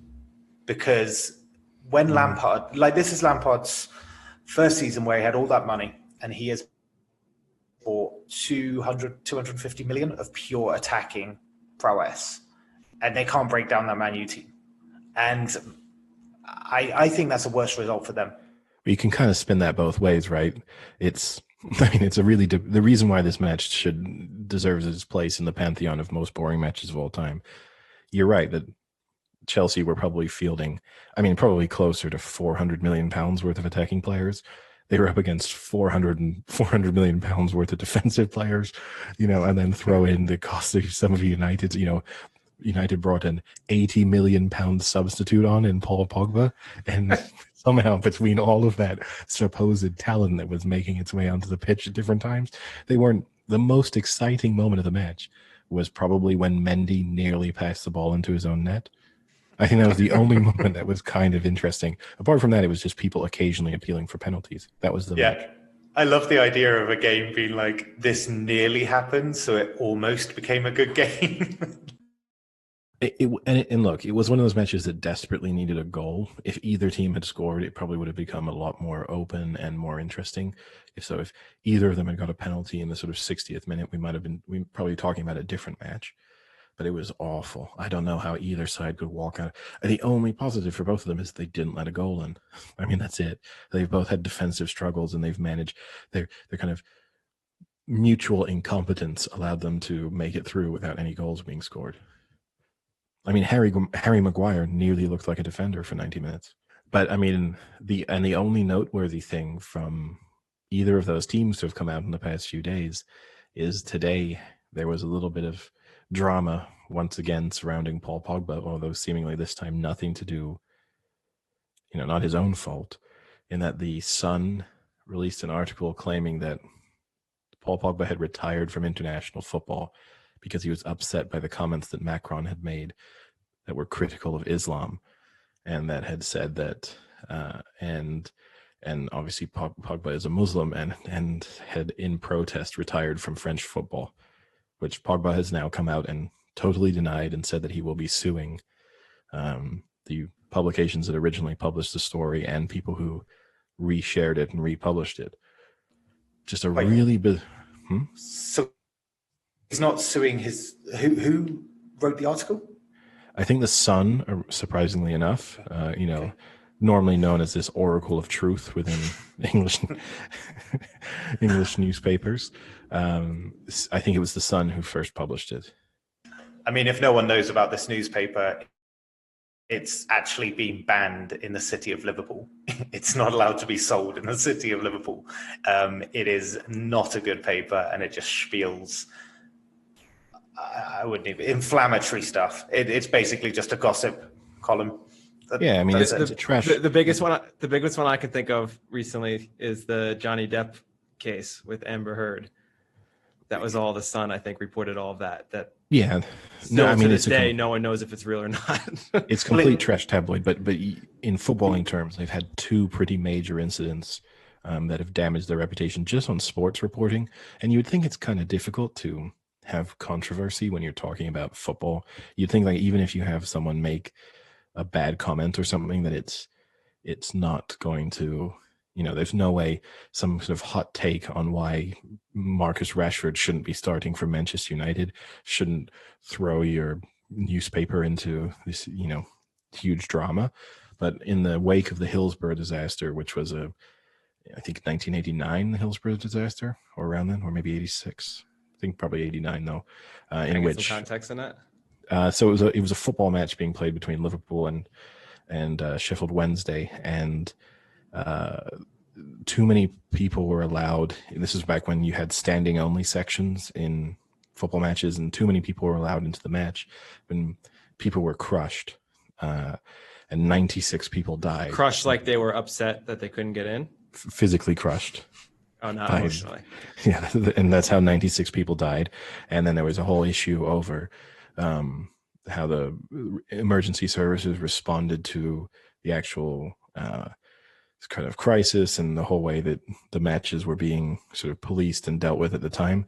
But the Sun decided the story that the Sun told was basically that it was all the fault of Liverpool supporters who were just drunken hooligans and who had prevented emergency services from getting in to help the injured supporters, and who had abused them and pushed them and attacked them. And I believe had pissed on them and all sorts of different things. As it transpired, all of these allegations totally unfounded, but it basically turned a tragedy into a way of blaming football hooligans. Now, in the 1980s in England, you had lots of reasons to be critical of footballing hooligans. Yeah, but this was not one of them. And so ever since then, the city of Liverpool and Liverpool supporters not been on good terms with the Sun. And then not that long ago, one of the Sun's most prominent footballing journalists, Ross Barkley, was attacked in a nightclub, and their journalist basically said that it wasn't surprising he'd been attacked because he looked like a zoo animal. And they then put a picture in the newspaper. It's Ross Barkley's face next to a gorilla's face. And whilst Ross Barkley looks relatively white, he's also quite clearly of a mixed race background, and he is half black or a quarter black, but has significant black lineage. So comparing him to a gorilla is probably not the best way to go in terms of avoiding controversy. So overall, not a particularly reputable newspaper, and this is just another instance of them. And the context for the Pogba thing, obviously, is because there was the teacher who was beheaded in France after he'd shown his class the cartoons, the Charlie Hebdo cartoons with the picture of the Prophet Muhammad, and a Islamic extremist then chased him down and beheaded him in the street. And obviously, my parents were wondering if you were going to talk about this. Really? They were like, "Is Eddie going to talk about the beheading?" Here we are. Here you go. Here we go. In my hot take, he deserved it. No, I'm just. This is for you.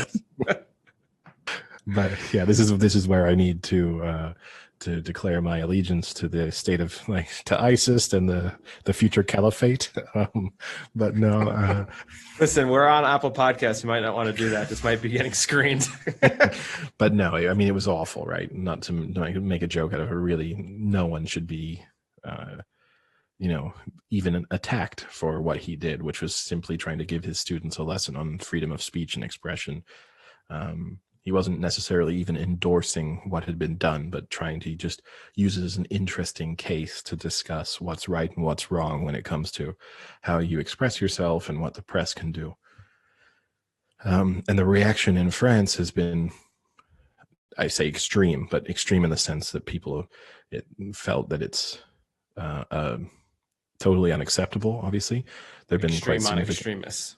Exactly, quite significant protests and marches and defense of the French concept of freedom of speech and freedom, sort of separation of religion from the press and from schools. And Macron made a speech on Friday in which he basically said there were elements within that sort of Islam as a religion had elements within it that were damaging it, and that it was a kind of potentially a religion in turmoil, and sort of made comments that were, I think you have to stretch to say were an attack on Islam, but we're more just saying that, things needed to be done about maybe how they reacted to certain scenarios. And this has not been well received in the Middle East, where several countries now are boycotting French products, which is mainly cosmetics. The Turkish champagne and cheese. Yeah, which, I mean, champagne probably really popular amongst Islamic extremists, but it turns out they're not going to be buying any more of it. Yeah, Hennessy and champagne way less popular in Syria than you would have expected. But Eddie, so all Sam, that disposable income. Sam, I wonder if during these freedom of speech protests, if Eddie was piggybacking and asking for freedom of sitting at the bar till 2 a.m. so he could watch his soccer and football matches. Yeah, he's going around calling like late night pubs matter kind of thing. Like, where's my rights? Where's my rights? No, the opposite. This is egregious. Quite the opposite. I was using it as an opportunity to question whether or not Orange were trying to limit my freedom of expression by not providing me with the internet. Speaking of which, do we have perfect segue? Perfect segue into Eddie's internet segment. Sunday was D-Day, as I described it, and I called them this morning and said that they had guaranteed me that the issue would have been resolved by the 25th of October. And a very confused customer support agent sort of explained to me that the issue appears to have been resolved. Kept using the phrase, "I've got the green light," which I didn't understand. Was he just talking literally, and he was a little bit simple? He was like, "I've got a green light." It was a woman, for starters, you sexist pig. But it was one of two. I was guessing. Oh, people can't be. Eddie, was this a bad translation? Maybe she was gender fluid. Maybe she was. This is a bad translation. Was he saying Green Lantern? Are you sure it wasn't a superhero? Yeah. Is this just bad Google Translate? And has now promised me that the problem with my line has been resolved and that a technician will be coming to my house before the 30th, so before Friday. Wow. I will not be holding my breath. I told them. December. I outright told her that I did not believe her and that I'd been told these kind of things before. But she's got the green light. She kept trying to. So when I initially called, she said, "Yeah, everything's good. Your order will be done by the 30th." And I said I was confused. And then I had to pull the moment where I said to her, "You need to explain this situation to me like a child so that you are super clear. You are super clear on exactly what has been resolved and exactly what is about to happen with my internet." It's like in The Office when he's like, "Can you explain this to me like I'm an 8-year-old?" And then Oscar explains, he's like, "Can you explain it to me like I'm a 4-year-old?" I wasn't far off that. Let's just say. I just really, really, really want them to be clear on it whenever I speak with them. And so often, I don't even know. Part of me feels like I just talk to them and like nothing gets written into my folder or anything. So then they're just surprised why there's just this random person calling them to ask about the internet. I would do that. If I was just listening to you, I'd just be sat there going, "Yes, Mr. Hewitt. Yes, Mr. Hewitt." It also there's one big issue that I can see coming towards me like a ton of bricks, which is every time I call them, they ask to verify my address. And I live in, so if you imagine like when you come into my building, there are two then staircases. Like there's one, I'm at the back of the courtyard and my entrance. So technically I'm in like building B of my building. And every time I speak to them, they say, oh yeah, just to verify your address. And I say it and they go, oh yeah, that's your address. And you're building A, right? Floor 2. And I go, no, building B, floor 2. And they say, oh, okay. And I said, every time I speak to you, I ask you to update that. Can you please update it? Yes. And then every time I call them next time, it's still there. So I know what's going to happen. I can see it coming. Is they're going to tell me everything was resolved? And they're going to be like, oh no, we resolved that for the apartment on floor 2 of building A. We hadn't even looked into building B. And I'm going to be right back to where I started from. I am absolutely flabbergasted that you are staying with this company. Yeah, it's insane. I mean, yeah, we'll see what demands I get. My list of demands are growing. You know, I'm going to go full like Somali pirate on them and just really, I'm going to ask for the moon when they finally get the internet set up, but we'll see what they end up actually giving me. But speaking of which, completely useless Somali pirate like in Captain Phillips. I say that to them on the phone all the time when we're arguing. I'll be like, I'm the captain now. Time and time again. Did you see that oil tanker off the coast of the Isle of Wight in the UK had like a hijacking incident? That was me practicing. That was you. Yeah. I used to spend Eddie, it won't be so easy against Orange. Exactly. Orange. Yeah. I mistook it. It was just an orange tanker, but just the literal color orange. I thought maybe it was actually one of theirs. Did you see? So maybe you guys didn't see this. I just thought it was crazy. I don't know how this actually popped up. I think it was on one of my Facebook things. There was a person bought a box of a first edition Pokemon trading cards. Did you hear about this story? No. At all? Okay. So Pokemon is coming back now. I don't know if you guys were into it when you were younger. Like I used to collect the Pokemon cards and stuff like that. No, I wasn't a dork. No, yeah, you weren't a dork. I was into it. Cool. All right. But I wouldn't say it never left Pokemon. It's ridiculously famous constantly. Do you mean the cards themselves? Like both. Well, I mean, obviously with Pokemon Go, it came back crazy. I mean, you're right. It didn't go away, but it wasn't as if it was like the biggest thing. Yeah, I remember that 6 weeks when Pokemon Go was a thing. Yeah, it was a few months. I saw so many people almost die whilst using that app, just like walking into the middle of the road or like bumping into people. Died. I've seen people fall down stairs. I saw someone fall down like the London Underground tube. They were just trying to catch someone and they just stacked it. It was kind of fascinating to watch. So getting back to the story, this guy for $200,000 bought a box of first edition unopened like packs of cards. So there's 36 packs in the box for $200,000. And then he live streamed opening up each of the 36 packs to see what was in them. How many people do you think attended the live stream? Like, I'm going to go 55 million. Like, as in... That's ridiculous. That's absolutely ridiculous. That were live. Then this is going to sound really... This is going to sound really that's boring when I give you... You've ruined Frank's... Yeah, you've ruined Frank's story. That was the Wait, how many people watched the Super Bowl? Is it even 55 million? Oh, that's like half. No, that's like $500 million. Watch that. Sam's just seen our latest download numbers, so he's just thought everyone's as popular as us.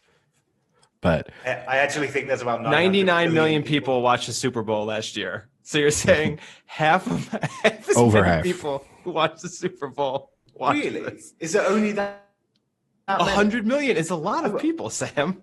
Oh, you think that the royal wedding had 2 billion? Yeah, but 1.9 billion, I think, actually. But, 1,000 pardons. Well, you're only off by quite a few million, you know. But what's a few million between friends? Exactly. So how many did it? I'm going to guess, a real guess. I'm obviously expecting this to be a really big number, and I think this would be a huge number to watch a live stream. I am going to guess 300,000 people. Yeah, it was 350,000 people watched a guy open up 36 packs of Pokemon cards. Wow. Yeah. Did it go well for him? Like, did he get So it's really weird. He set it up as like a charity event, and he sold. Oh, it was Logan Paul. Yeah. Okay. Yeah. Sorry. Should I have mentioned that? Well, yeah, I thought it was like some like mystery person, but it's like, no, it's one of the most famous YouTubers. Yeah. Sorry. Yeah. It was Logan Paul. So I guess the way he set it up is I guess he just ate the 200,000. Well, kind of, because he sold individual packs for, I think, like 10,000. Oh, so actually maybe he didn't eat it. So anyway, yeah, he made a profit. Yeah, he made a profit. Now that I think about it, I thought he sold it for 1,000, but I just reading it now, it said 10,000. So he actually makes a profit. But he sold each pack for 10,000, and then he opened up your pack on the live stream, and I watched a little bit. I watched like a few packs, not live. I just clicked the link to it. It kind of sucks because really depending on what pack you got, either made or break probably your weekend. There was some where they spent $10,000 for the pack, and maybe there was like a $500 card in it. And then there was other ones that had about, the highest one probably had about $80,000 worth of cards in it. Yeah. So the big thing is he found a first edition Charizard in there, which is like the most rare card you can get. God. Yeah. But spoiler alert, it was only a quality 9, not a quality 10 rating. Oh dear. But that's like a big deal considering I think they said this is worth about 40 or 50. If it were a 10, it'd be about 200,000. Oh. It's like those people that buy those like lots and those safes, and they buy them for an amount and then open them up, and you know there's either this little shit in it like or there's Storage Wars. That's it. Yeah. Storage Wars was one of them. Yeah. Yeah.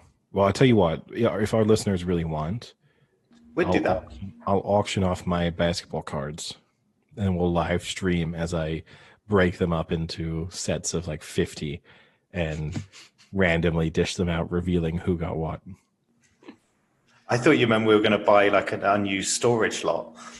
We could do that too. Yeah, we can do the Storage Wars podcast where we buy it and then we just describe what we can see in there.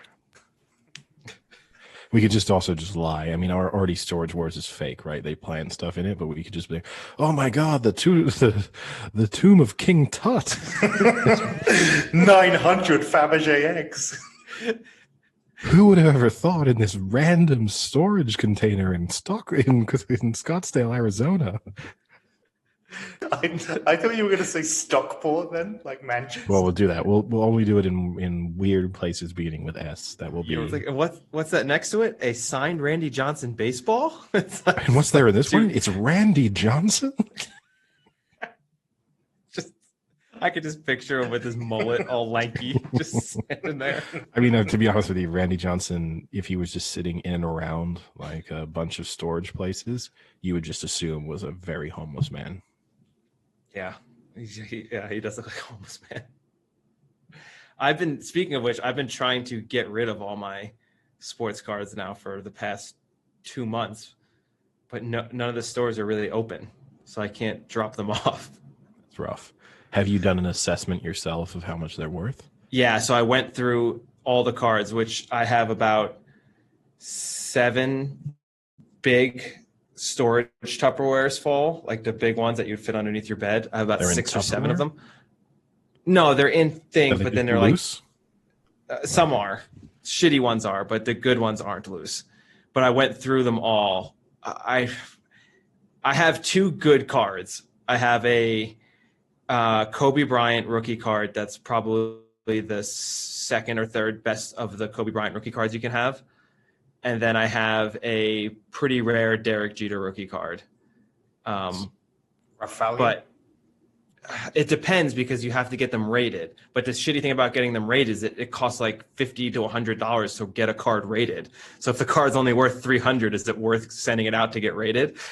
But if they're probably not like a 10, like a perfect, but they're probably in the 9. So they're probably each worth, I would say, maybe the Jeters maybe like 400, 500, and the Kobe's maybe a little higher, like 750. Yeah. Nice. And then I have like a bunch of like decent cards that are maybe $5, $10 worth, but I just kind of want to get rid of them. Yeah. So if anyone wants, I have 9 Derek Jeter rookie cards. If anyone wants one, I had a ton of Kobe Bryant rookie cards, but then oh gosh, stop. Stop.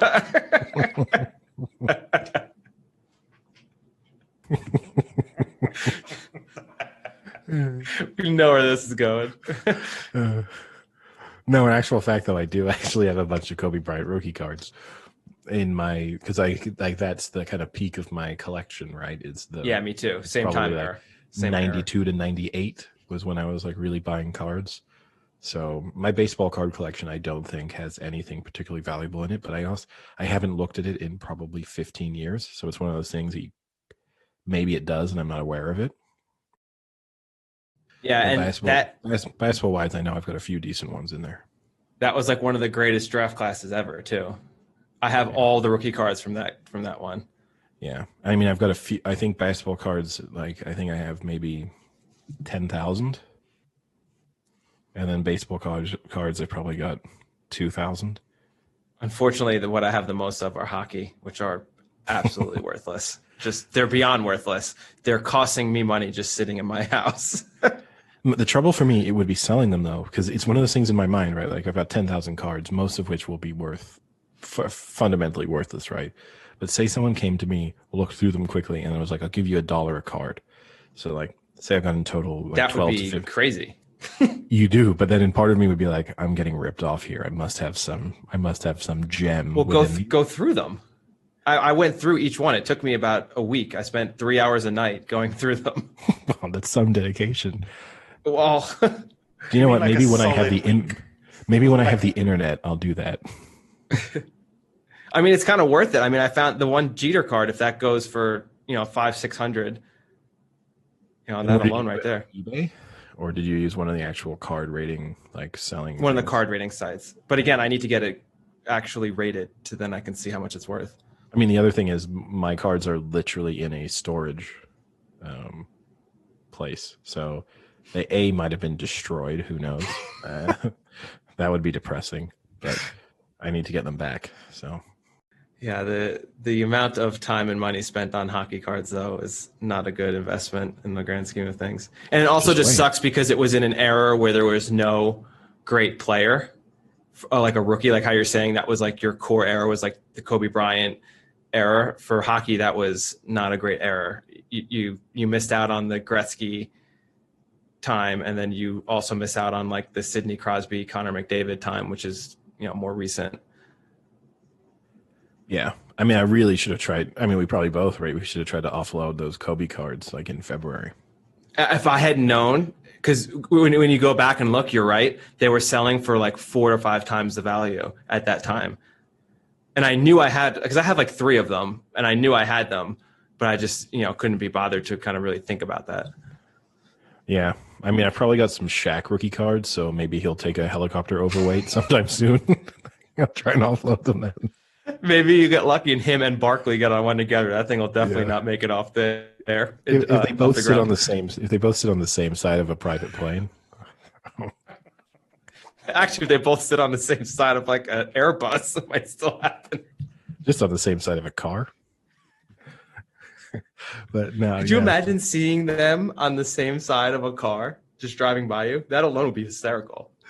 Just seeing Shaq in a car. I mean, I actually recently rewatched, because for whatever reason on the suggested views, there was like best NBA player cribs.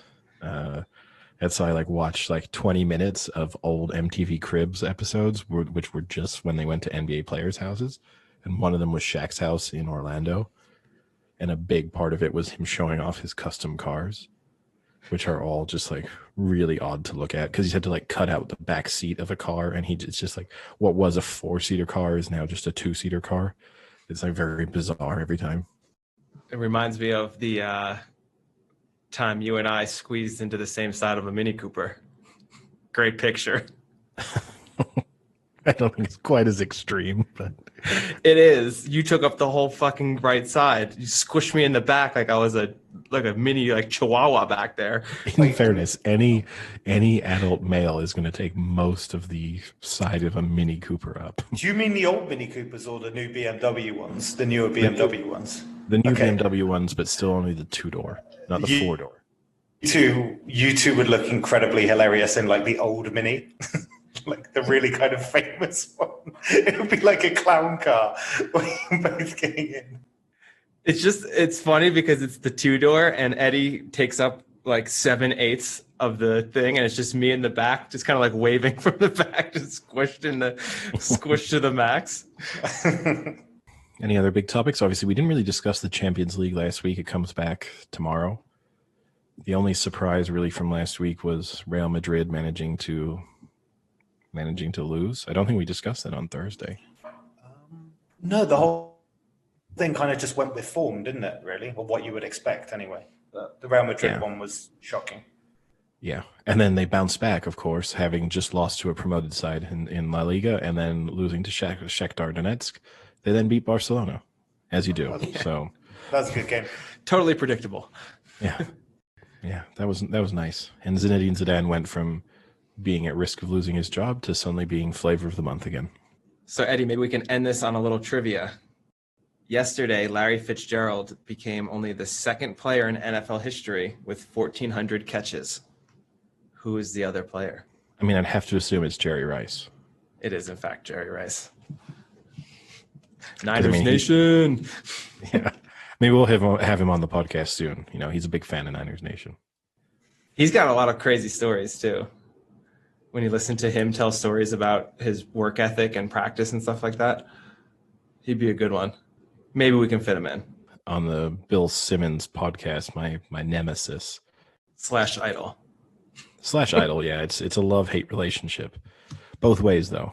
We both love and hate each other. He's a big fan of our podcast. Maybe one day we'll get bought by the Ringer. But he had Howie Long on, and they were talking about the question that he asked Howie Long was, how many players are there who are absolutely considered to be the best player ever in their position? Like, it's not up for debate. So he was kind of throwing in there. Bill Simmons' opinion is that like Tom Brady is the absolute greatest of all time quarterback, not up for discussion anymore. He threw out Jerry Rice as the absolute greatest of all time wide receiver, not up for discussion. And Howie Long, I don't know about Brady. Howie Long kind of pushed back on the Jerry Rice one, where he admitted that he's not the best place to analyze wide receivers, but that fundamentally he'd landed in the best possible situation with the Niners system and then 2 Hall of Fame quarterbacks this entire time. And he wasn't knocking. Is this stats wise? Because this is an argument we have all the time. Is he the greatest receiver, just meaning you have one play to make in your game? Who are you putting over there to catch the ball? Or is it from a career standpoint, who had the greatest career as a wide receiver? I think they were debating it in terms of ability and achievements being factored into that, obviously, but not because solely achievement based. Yeah, because they then discussed Bo Jackson from the perspective of was he the most talented running back of all time? And Howie Long thought he was like the most physically talented, but not necessarily the most talented from sort of reading or understanding the game, but just in terms of raw physical ability, the most talented. Because with the receiver one, you and I have brought up this argument: could it be Calvin Johnson? So their pick was Randy Moss, basically, which I get. But yeah, Calvin Johnson to me, probably if I'd wanted one play, Calvin Johnson in his prime, I think was pretty unstoppable just in terms of size and speed. Yeah. He was like DK Metcalf before DK Metcalf was chasing down players like a horse. It's so hard though, right? You're dealing with such fine margins that like trying to pick them apart. It's so difficult, and different eras, different styles of play. Yeah. Were there any other that were without discussion? Howie Long's point was that maybe Aaron Donald is approaching that status. That's true. They kind of basically had 3 who they thought were there. What about Lawrence Taylor, an outside linebacker? So Lawrence Taylor, Howie Long was like, for linebacker, no one's been close. Everyone's always trying to compare, like, who's the new Lawrence Taylor? And he said no one's even got into that sort of stratosphere. Yeah, especially if you narrow it down to an outside linebacker. Yeah, they just generalized out middle. Yeah, they generalized it just as linebacker. But he thought that Aaron Donald was approaching that status. Ed Reed, my favorite player ever. But no, it was kind of interesting to listen to.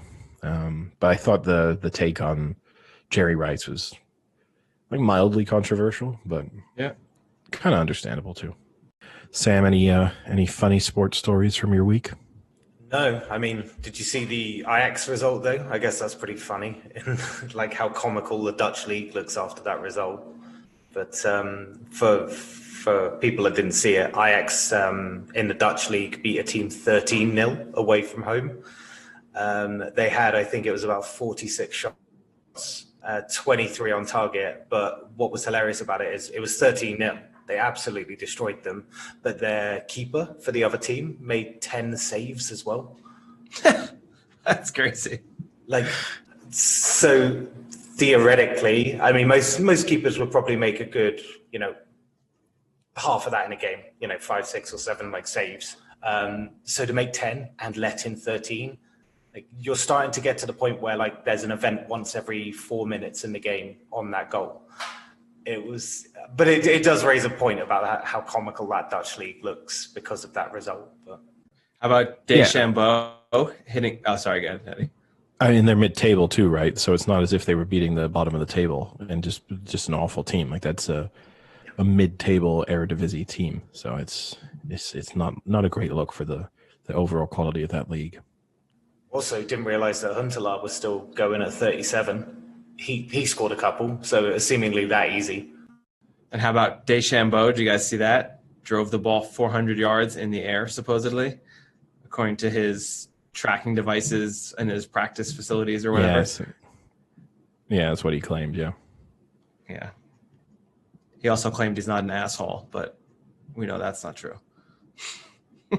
Yeah, there was one story I forgot to bring up. I remember when we talked about Soccer Aid, and I kind of went through the lineups that they had a couple months ago when we were speaking about that, and how many how many of those people you recognized. And this story came out a few weeks ago, but I thought it was kind of funny that Clyde what's his name? The commentator for ITV, Sam? Clive Tisdale? Yeah, Tisdale. It's one of them. Clive Tisdale, yeah. He will no longer be commentating on future Soccer Aid matches because he fat shamed Chunks, one of the players. Wait, the player's name is Chunks? Well, he's a comedian, and he is a very large comedian, and his name is Chunks, Chunkz. So he got in trouble for making fun of someone who clearly is making a career off of the fact that they're chunky. You're okay to fat shame yourself. Yeah. And you're okay to make jokes about it to like further your career. Yeah. But I thought, so when they were waiting to come onto the pitch, his comments around him was saying that Chunks was so big that you could take guided tours around him. Oh, that's kind of bad, though. Yeah, they weren't great. That's like one of those, like, your mama's so fat that you used to hear all the time. Yeah. Yeah, no, but there are the comments were like pretty extreme when you do look at them. But is that part of Chunks's shtick? I don't think he's took to it particularly well. I think it's part of the issue. I mean, I don't think you want to volunteer for a charity football match and be just ripped into by the commentator on national television for being overweight. Yeah, probably not. I've just seen a picture of him. Is he that big? Yeah, he's very, very big. He lives up to his name. Yes. And he's of a size where putting him in like sporting clothing is certainly not flattering. I mean, the comments included the fact that the person he was being substituted on for, Tom Davis, who's also not in incredible shape, but his comment was Tom Davis is about to be replaced and by somebody bigger than him. So yeah, he will no longer be commentating on soccer aid matches for UNICEF in the future. That's a huge hit to his career. That's what makes it funny, right? Is that this is all for charity, and he's just calling some guy a fat fuck whilst donating money to. Well, also ironically too, it's UNICEF, right? So it's for starving children. Yeah, he's just there's starving children in Africa, but this guy. Yeah, he could have made comments along those lines, right? He'd be like, instead of donating money, we're just going to send chunks to Africa where he's going to sort of feed a village of 50 for 3 months. With his pockets of Snickers. Yeah. All right, boys. Well, I think I'm going to get the hell out of here. Get some work done. That'll be a first. Yeah. Gotta do something sometime. All right. Well, see you on Thursday. Yep. Talk to you guys later. Cheerio.